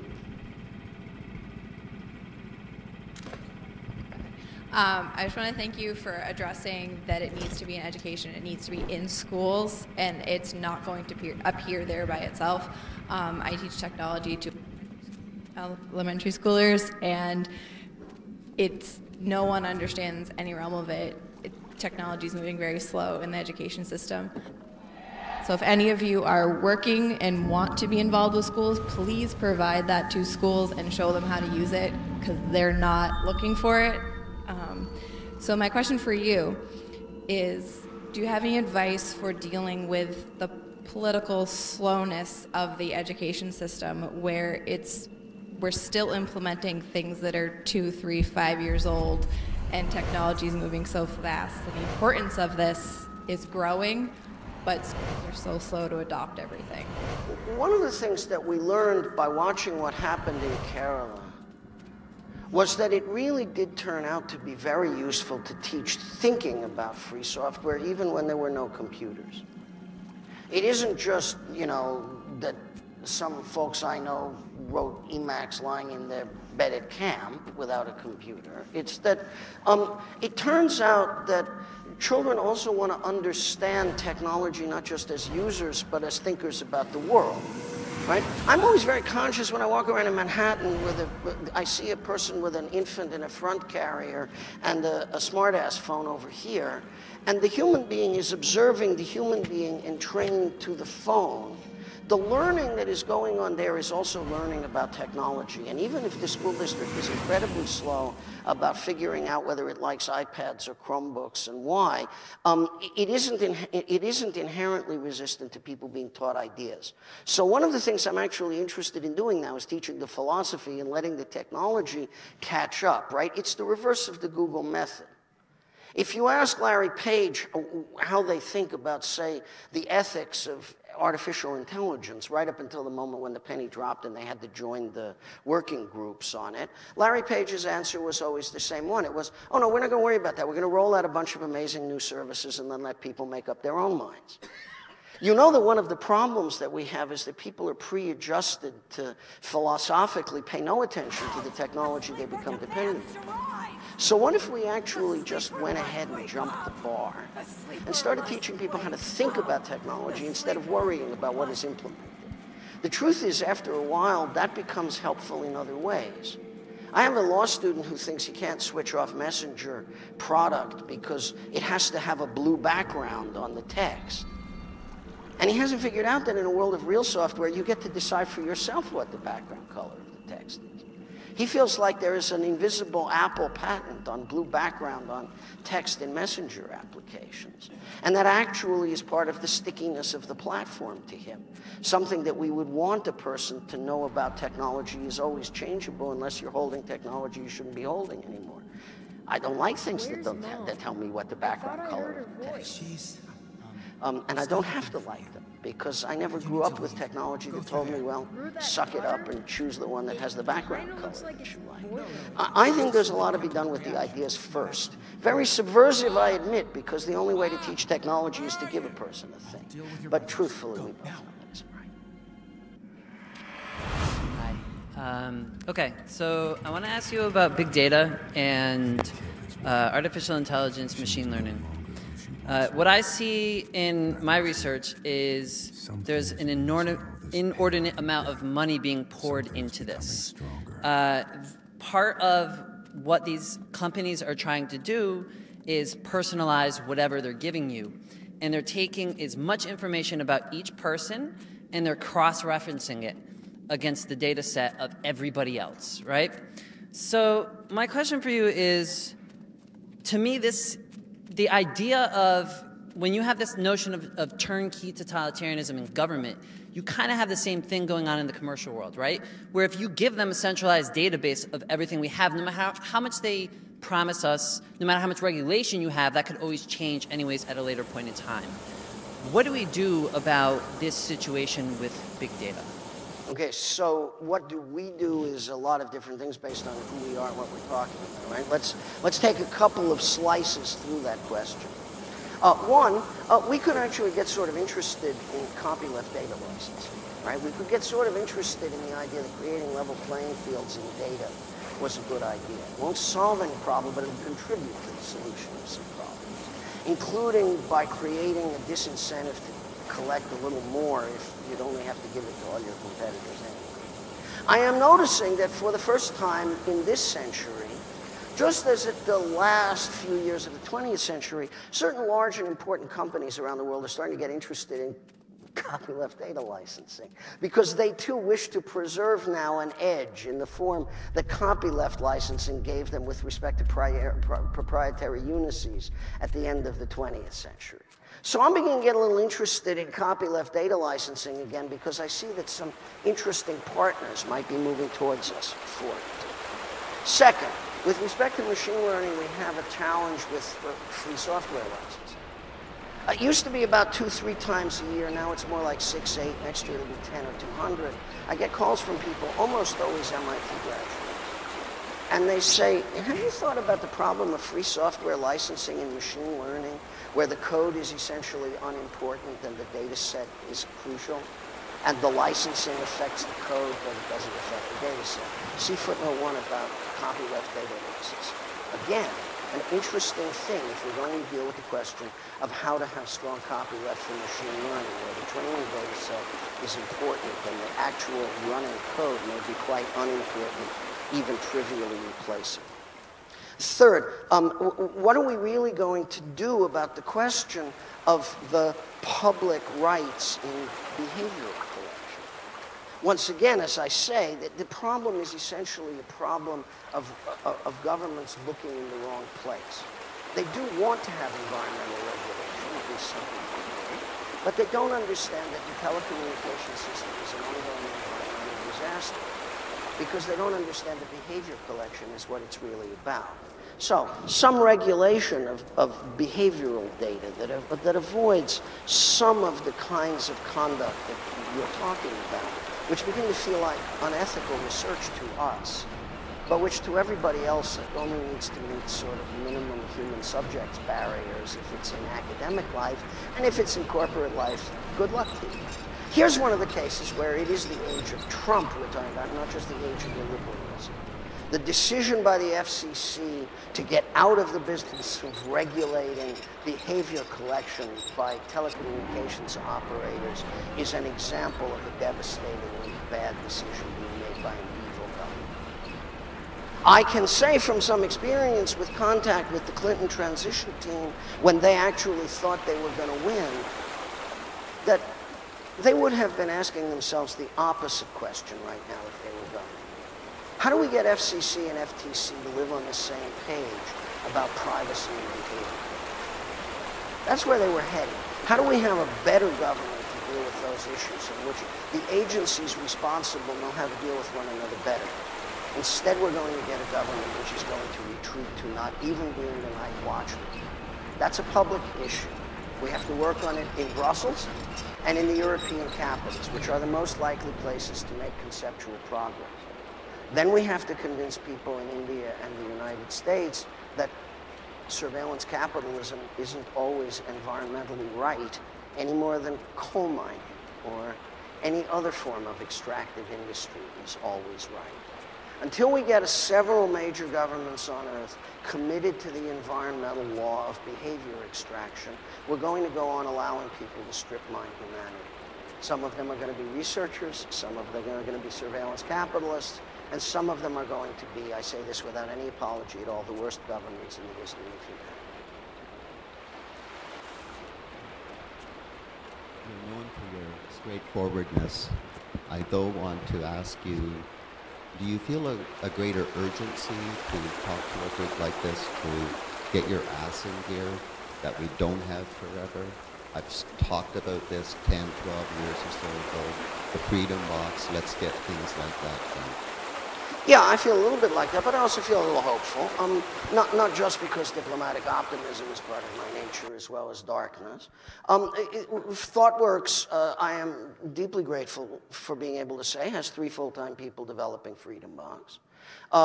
Like any other project, when it has actually got people willing to invest in paying programmers to work on it full-time, it will advance. We made the stable freeze in Debian, and therefore we're a pure blend on the installer. Everybody can just check Freedom Box on their install from here on out. I'm very grateful to Debian, as usual, for making a community that makes such things possible so easily, as the Tails developers, I'm sure, are, and others as well. And I'm hopeful because, as I say, I know we have a great big teachable moment now. We really can get people to listen. Yeah, we have to get our asses in here. On the other hand, the audience waiting for us is bigger than we've ever seen in the theater. So that ought to be nice for people. They ought to want to get out there. Self-promotion is really important in our world, too. It causes all kinds of trouble, but it's also a glorious motive. This is a moment to get famous.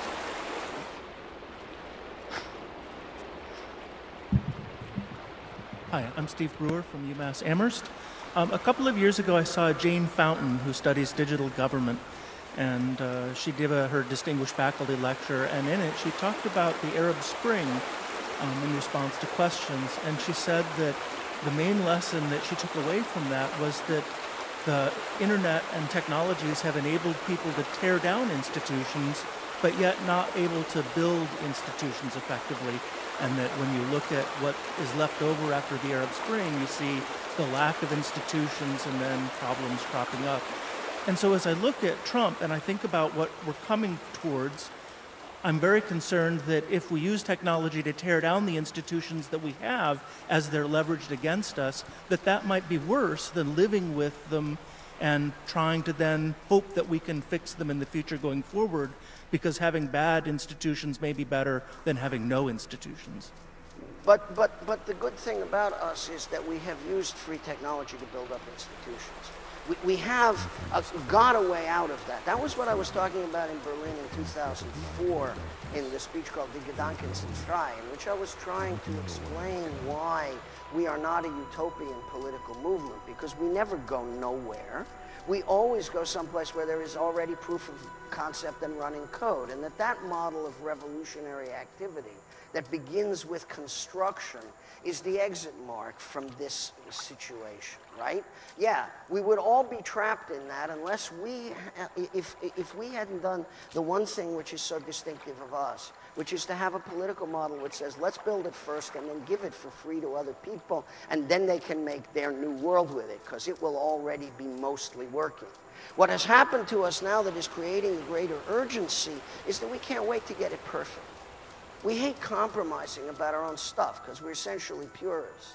But we can't afford to do that now because we have to deliver the bits right now, because we have to build the public support for the idea of freedom right now, and because we have to help people deal with their bad political situation right now because they're suffering right now. And the age of Trump is not going to get better, it's going to get worse, and then it's going to get better. So we have time for our social constructivist kind of politics. We don't have any extra time, but we can play social constructivist politics, which means at least we don't fall in that hole. Can I take one last question? Let's do one last question. So I'm interested in whether you, as a first step, prefer a user to know about free software or to not know about free software but be using it. User could be age 5. Answer number 1. User could be a town hall group in Lincoln, Nebraska. Answer number 2. It's context dependent. We need to do two things, right? We need to deal with the future and we need to deal with the present. In the present, we must deliver bits to the people we want to be our allies. We have an attractive thing to offer them. It's not just a chocolate at bedtime. It's real free software doing their real work real well and keeping them from being spied on by the people who spy on all the stuff that's centralized.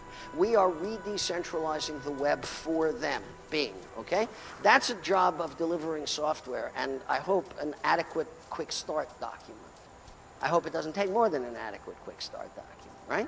Then there's the other question, the ideas about what we do, the passing on our philosophy.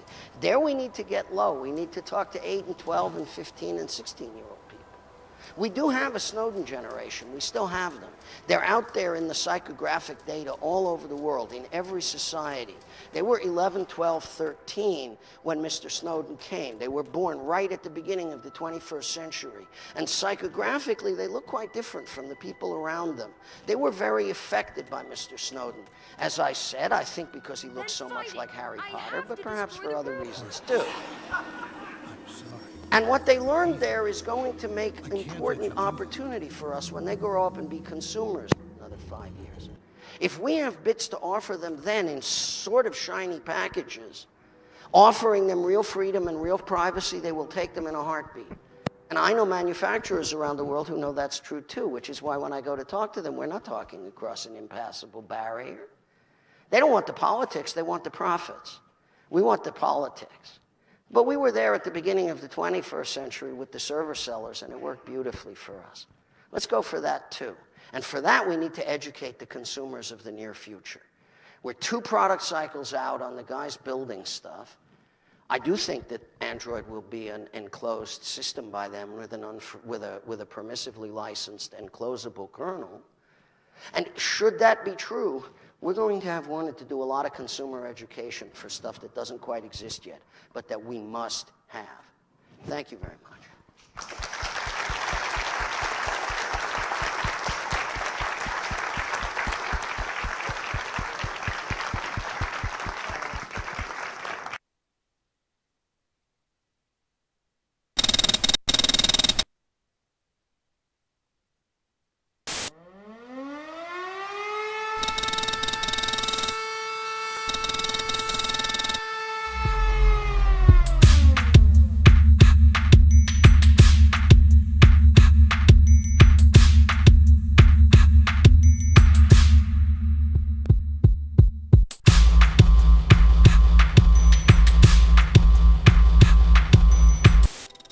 It's not a bad idea to share information with the people you want to share with. It's not a bad idea to use the open web. It's a really bad idea to share all your information in a system in which one guy gets a copy of everything. What we would call in cryptography a man-in-the-middle attack. I want to share some things with my actual friends. I want to share some things with everybody in the world equally. But why would I want to share with my friends and Mr. Zuckerberg, or with the entire world and Mr. Zuckerberg? The other thing that we tend to forget is that there are two kinds of information. There's the information we share, and there's the information about who accesses what we share. The web server log is the most important data on most web servers. On the web server is pictures of my cat. On the log is pictures of who looks at me when I'm with my cats. At Facebook, if you run the place, you can tell who's going to have a love affair before the people know.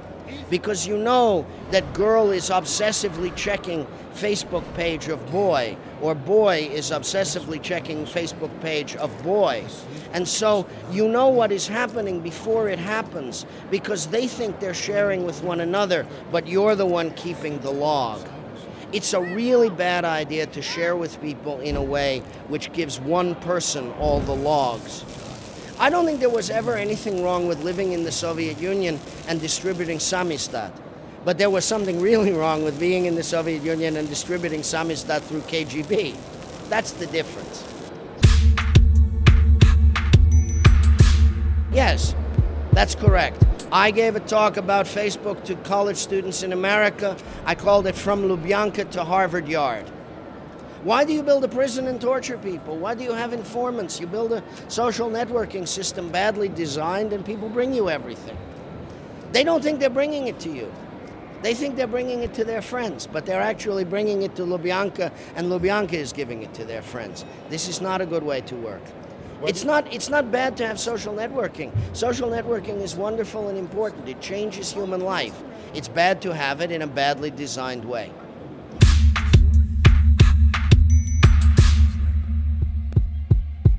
Facebook will not have success for 10 more years. Facebook will have success until its membership starts dropping. Once its membership starts dropping, it will be in deep trouble. The theory of Facebook is nobody can leave because they'd have to leave their friends behind. Once we create federated social networking with soft migration, Facebook will not be able to say that anymore, and its death cycle will begin. This was the importance of the software called Diaspora. Diaspora is correctly engineered with respect to the one essential question: how do I leave Facebook, Flickr, Twitter without leaving my friends and followers behind? This is the thing that, as an engineering matter, we need to understand. As people use more and more social networking, they don't just use one service. They don't just use Facebook or Google+. They use that and Twitter or Identica or this or that. So they pretty soon start using feed aggregators because they need to aggregate the various social network feeds they get. The aggregator then is the crucial middleware, in the same way that the browser is the crucial middleware in the web. So you build an aggregator, which is basically what Diaspora's front side is. And you say, okay, so you have all these feeds from your friends. If your friends are also using Diaspora, then you're going to share in an encrypted way, privately. And for your friends who aren't using it yet, you'll bounce off the public services, Facebook, Twitter, Flickr, whatever. Over time, as more and more of your friends switch to Diaspora, you disappear from the public services slowly and gracefully. So you never lose your friends, but you shift away. Why do they start using Diaspora? It's not even because they are worried about Facebook privacy. It's just a good aggregator, and they need one because as they do more social networking, they need better aggregation. So in the same way that Firefox frees people from a net created by Microsoft, a web we own, front page does this, therefore the browser is broken if it doesn't do the same thing, and very softly they moved away. Because Firefox meant that if you got tired of IE security, or your IT guys got tired of IT security problems created by IE, then you could move. The same thing will happen with social networking. Whether we succeed in FreedomBox, whether Diaspora, whether GNU Social, whether a million other possible varieties, because we have many talented teams working on better social networking around the planet, many, many, many. One of them will begin to be an aggregation system that other people like to use. Maybe tied to a browser, maybe not tied to a browser. And as people begin to adopt that aggregation system, they will softly move to secure sharing. At some point, there will come a day when Facebook has a maximum number of users. 1 billion, 1.5 billion, 1.7 billion, I don't know. But once it starts to fall, it will come apart quickly. Because then people will realize you don't have to leave your friends.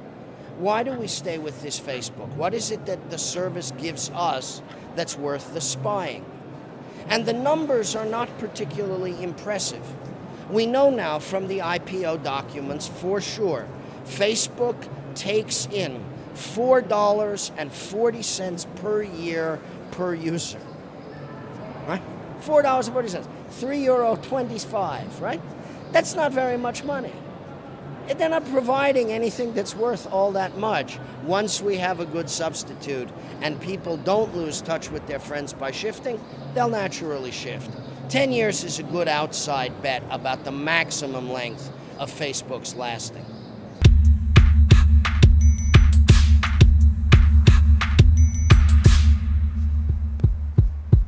That Utah Federal Data Center is not meant for tracking packets. It's meant for taking in databases that already exist. What will happen when that federal data center exists is that every day American Express, the other credit card companies, the travel records, all sorts of commercial databases will be duplicated in. In order to track packets, you have to be somewhere where packets are stolen. You have to be on a U.S. Embassy roof or inside a telecommunications operator. They will then bring back all those packet dumps and add them to all the other information they possess about everybody. So we will be looking at effectively a government that copies Google, copies Facebook, instead of having to rely upon putting their code in over there. Think about it this way.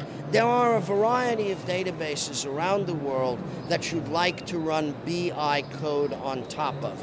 You'd like to data mine those databases. Google is really important. Facebook is really important. What you want to do is get code in. But if you're the United States government, you'll take the whole database. Other people will have to put code in Facebook, and Facebook will show that code to the US government. So if BND wants to look in Facebook, or the Turkish secret police want to look in Facebook, they'll be able to put code in by promising Facebook favors in return, and the US government will look over their shoulder to see what they are looking for. It, however, will not be showing Facebook what it is looking for because it will duplicate the entire database and then run the BI code on top of it. That's what's happening here. Think of it as Echelon moves into Facebook and into Google, and the United States government doesn't have Echelon anymore. It keeps all the data, and it doesn't show anybody what it's searching for. That's the real outcome of the Utah Federal Google.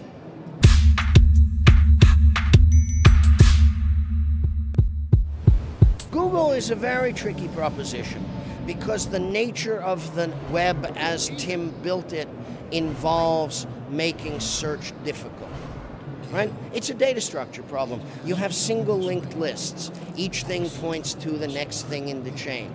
If you want to search such a list, you have to exhaustively crawl the list. This was the right decision at the time, partly because Tim wasn't inventing, he was inventing the World Wide Web, he wasn't inventing the world. And partly because single linked lists have a real advantage. You didn't need permission to get a link back. So linking became a thing that anybody could do to anybody else. But in the process of making that data design, we ensured that search would be hard and that it wouldn't be a federatable service easily. Google exists because of a computer science problem, how to federate search, for which we don't have a current answer. Google recognizes that search leads to advertising, and it has one great big business, which is changing how advertising is done throughout the world. That relationship, where the front service is search and the rear service is advertising brokerage, is not a business in which competition will work well. So Google will remain, for the foreseeable future, that business. It has used hundreds of millions, probably billions of dollars, looking for other businesses to be in, and it hasn't found one yet. And if it never finds another one, then that's the entity Google is. Search on the front, advertising on the back. What can be done about that? Larry and Sergey did it at the beginning. It's don't be evil. I begin to feel, after the last few weeks, that a little fight is developing between Larry and Sergey. Maybe Larry wants to go out in the middle of the night and remove the word don't. Right? But really what it is competition with Facebook. And it seems to me pretty clear that Google has decided that it doesn't want for Facebook not to exist, it wants Facebook to exist inside Google. That would be a really bad decision, and I hope that doesn't stick. I hope Sergey wins. He's right. The open web cannot exist if Google and Facebook both are together doing what they do. So the correct solution is don't do Facebook.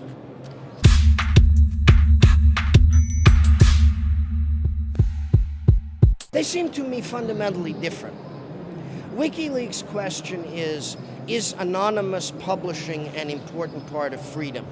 The answer is it always has been, and it always will be.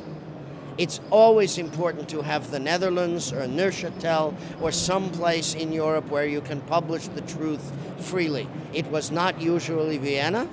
It was not usually Paris. That's important. Anonymous is asking, it seems to me, a different question. A question to which we have repeatedly learned a bad answer. On the one hand, there is civil disobedience. Thoreau, Gandhi, Martin King, lots of other people of importance, they all understood that an essence of civil disobedience is transparent taking of responsibility. I am coming to make protest. We thought that that was what hacktivism was at the beginning. When Ricardo Dominguez was doing the first anti-Pentagon hacktivism over the war in El Salvador, there were rules. You tell the Pentagon, we are coming on Wednesday. This is the program code we are using for the DDoS attack on you on Wednesday. We're going to start at 2 o'clock and we're going to finish at 5 o'clock. It's like a demonstration in the street. You tell people we are coming. You take responsibility. If you want to hurt us, if you want to punish us for breaking the law, we are welcome to go to our trial and demand the most powerful sentence, as Gandhi did in India. But if you go out in a demonstration in the street and you put masks on, now it becomes a different story. Now you are not taking responsibility. Now it is not civil disobedience. It's not crime. The state will say it's crime. You will say it's civil disobedience. It's actually something in between. It's neither one nor the other. And at the edge of such anarchism, there is always crime. There are criminals associated with every anarchist movement. And the quality of the anarchist movement is to decide how does it feel about that. I think Anonymous is presently saying it is civil disobedience. I think that's non-transparent.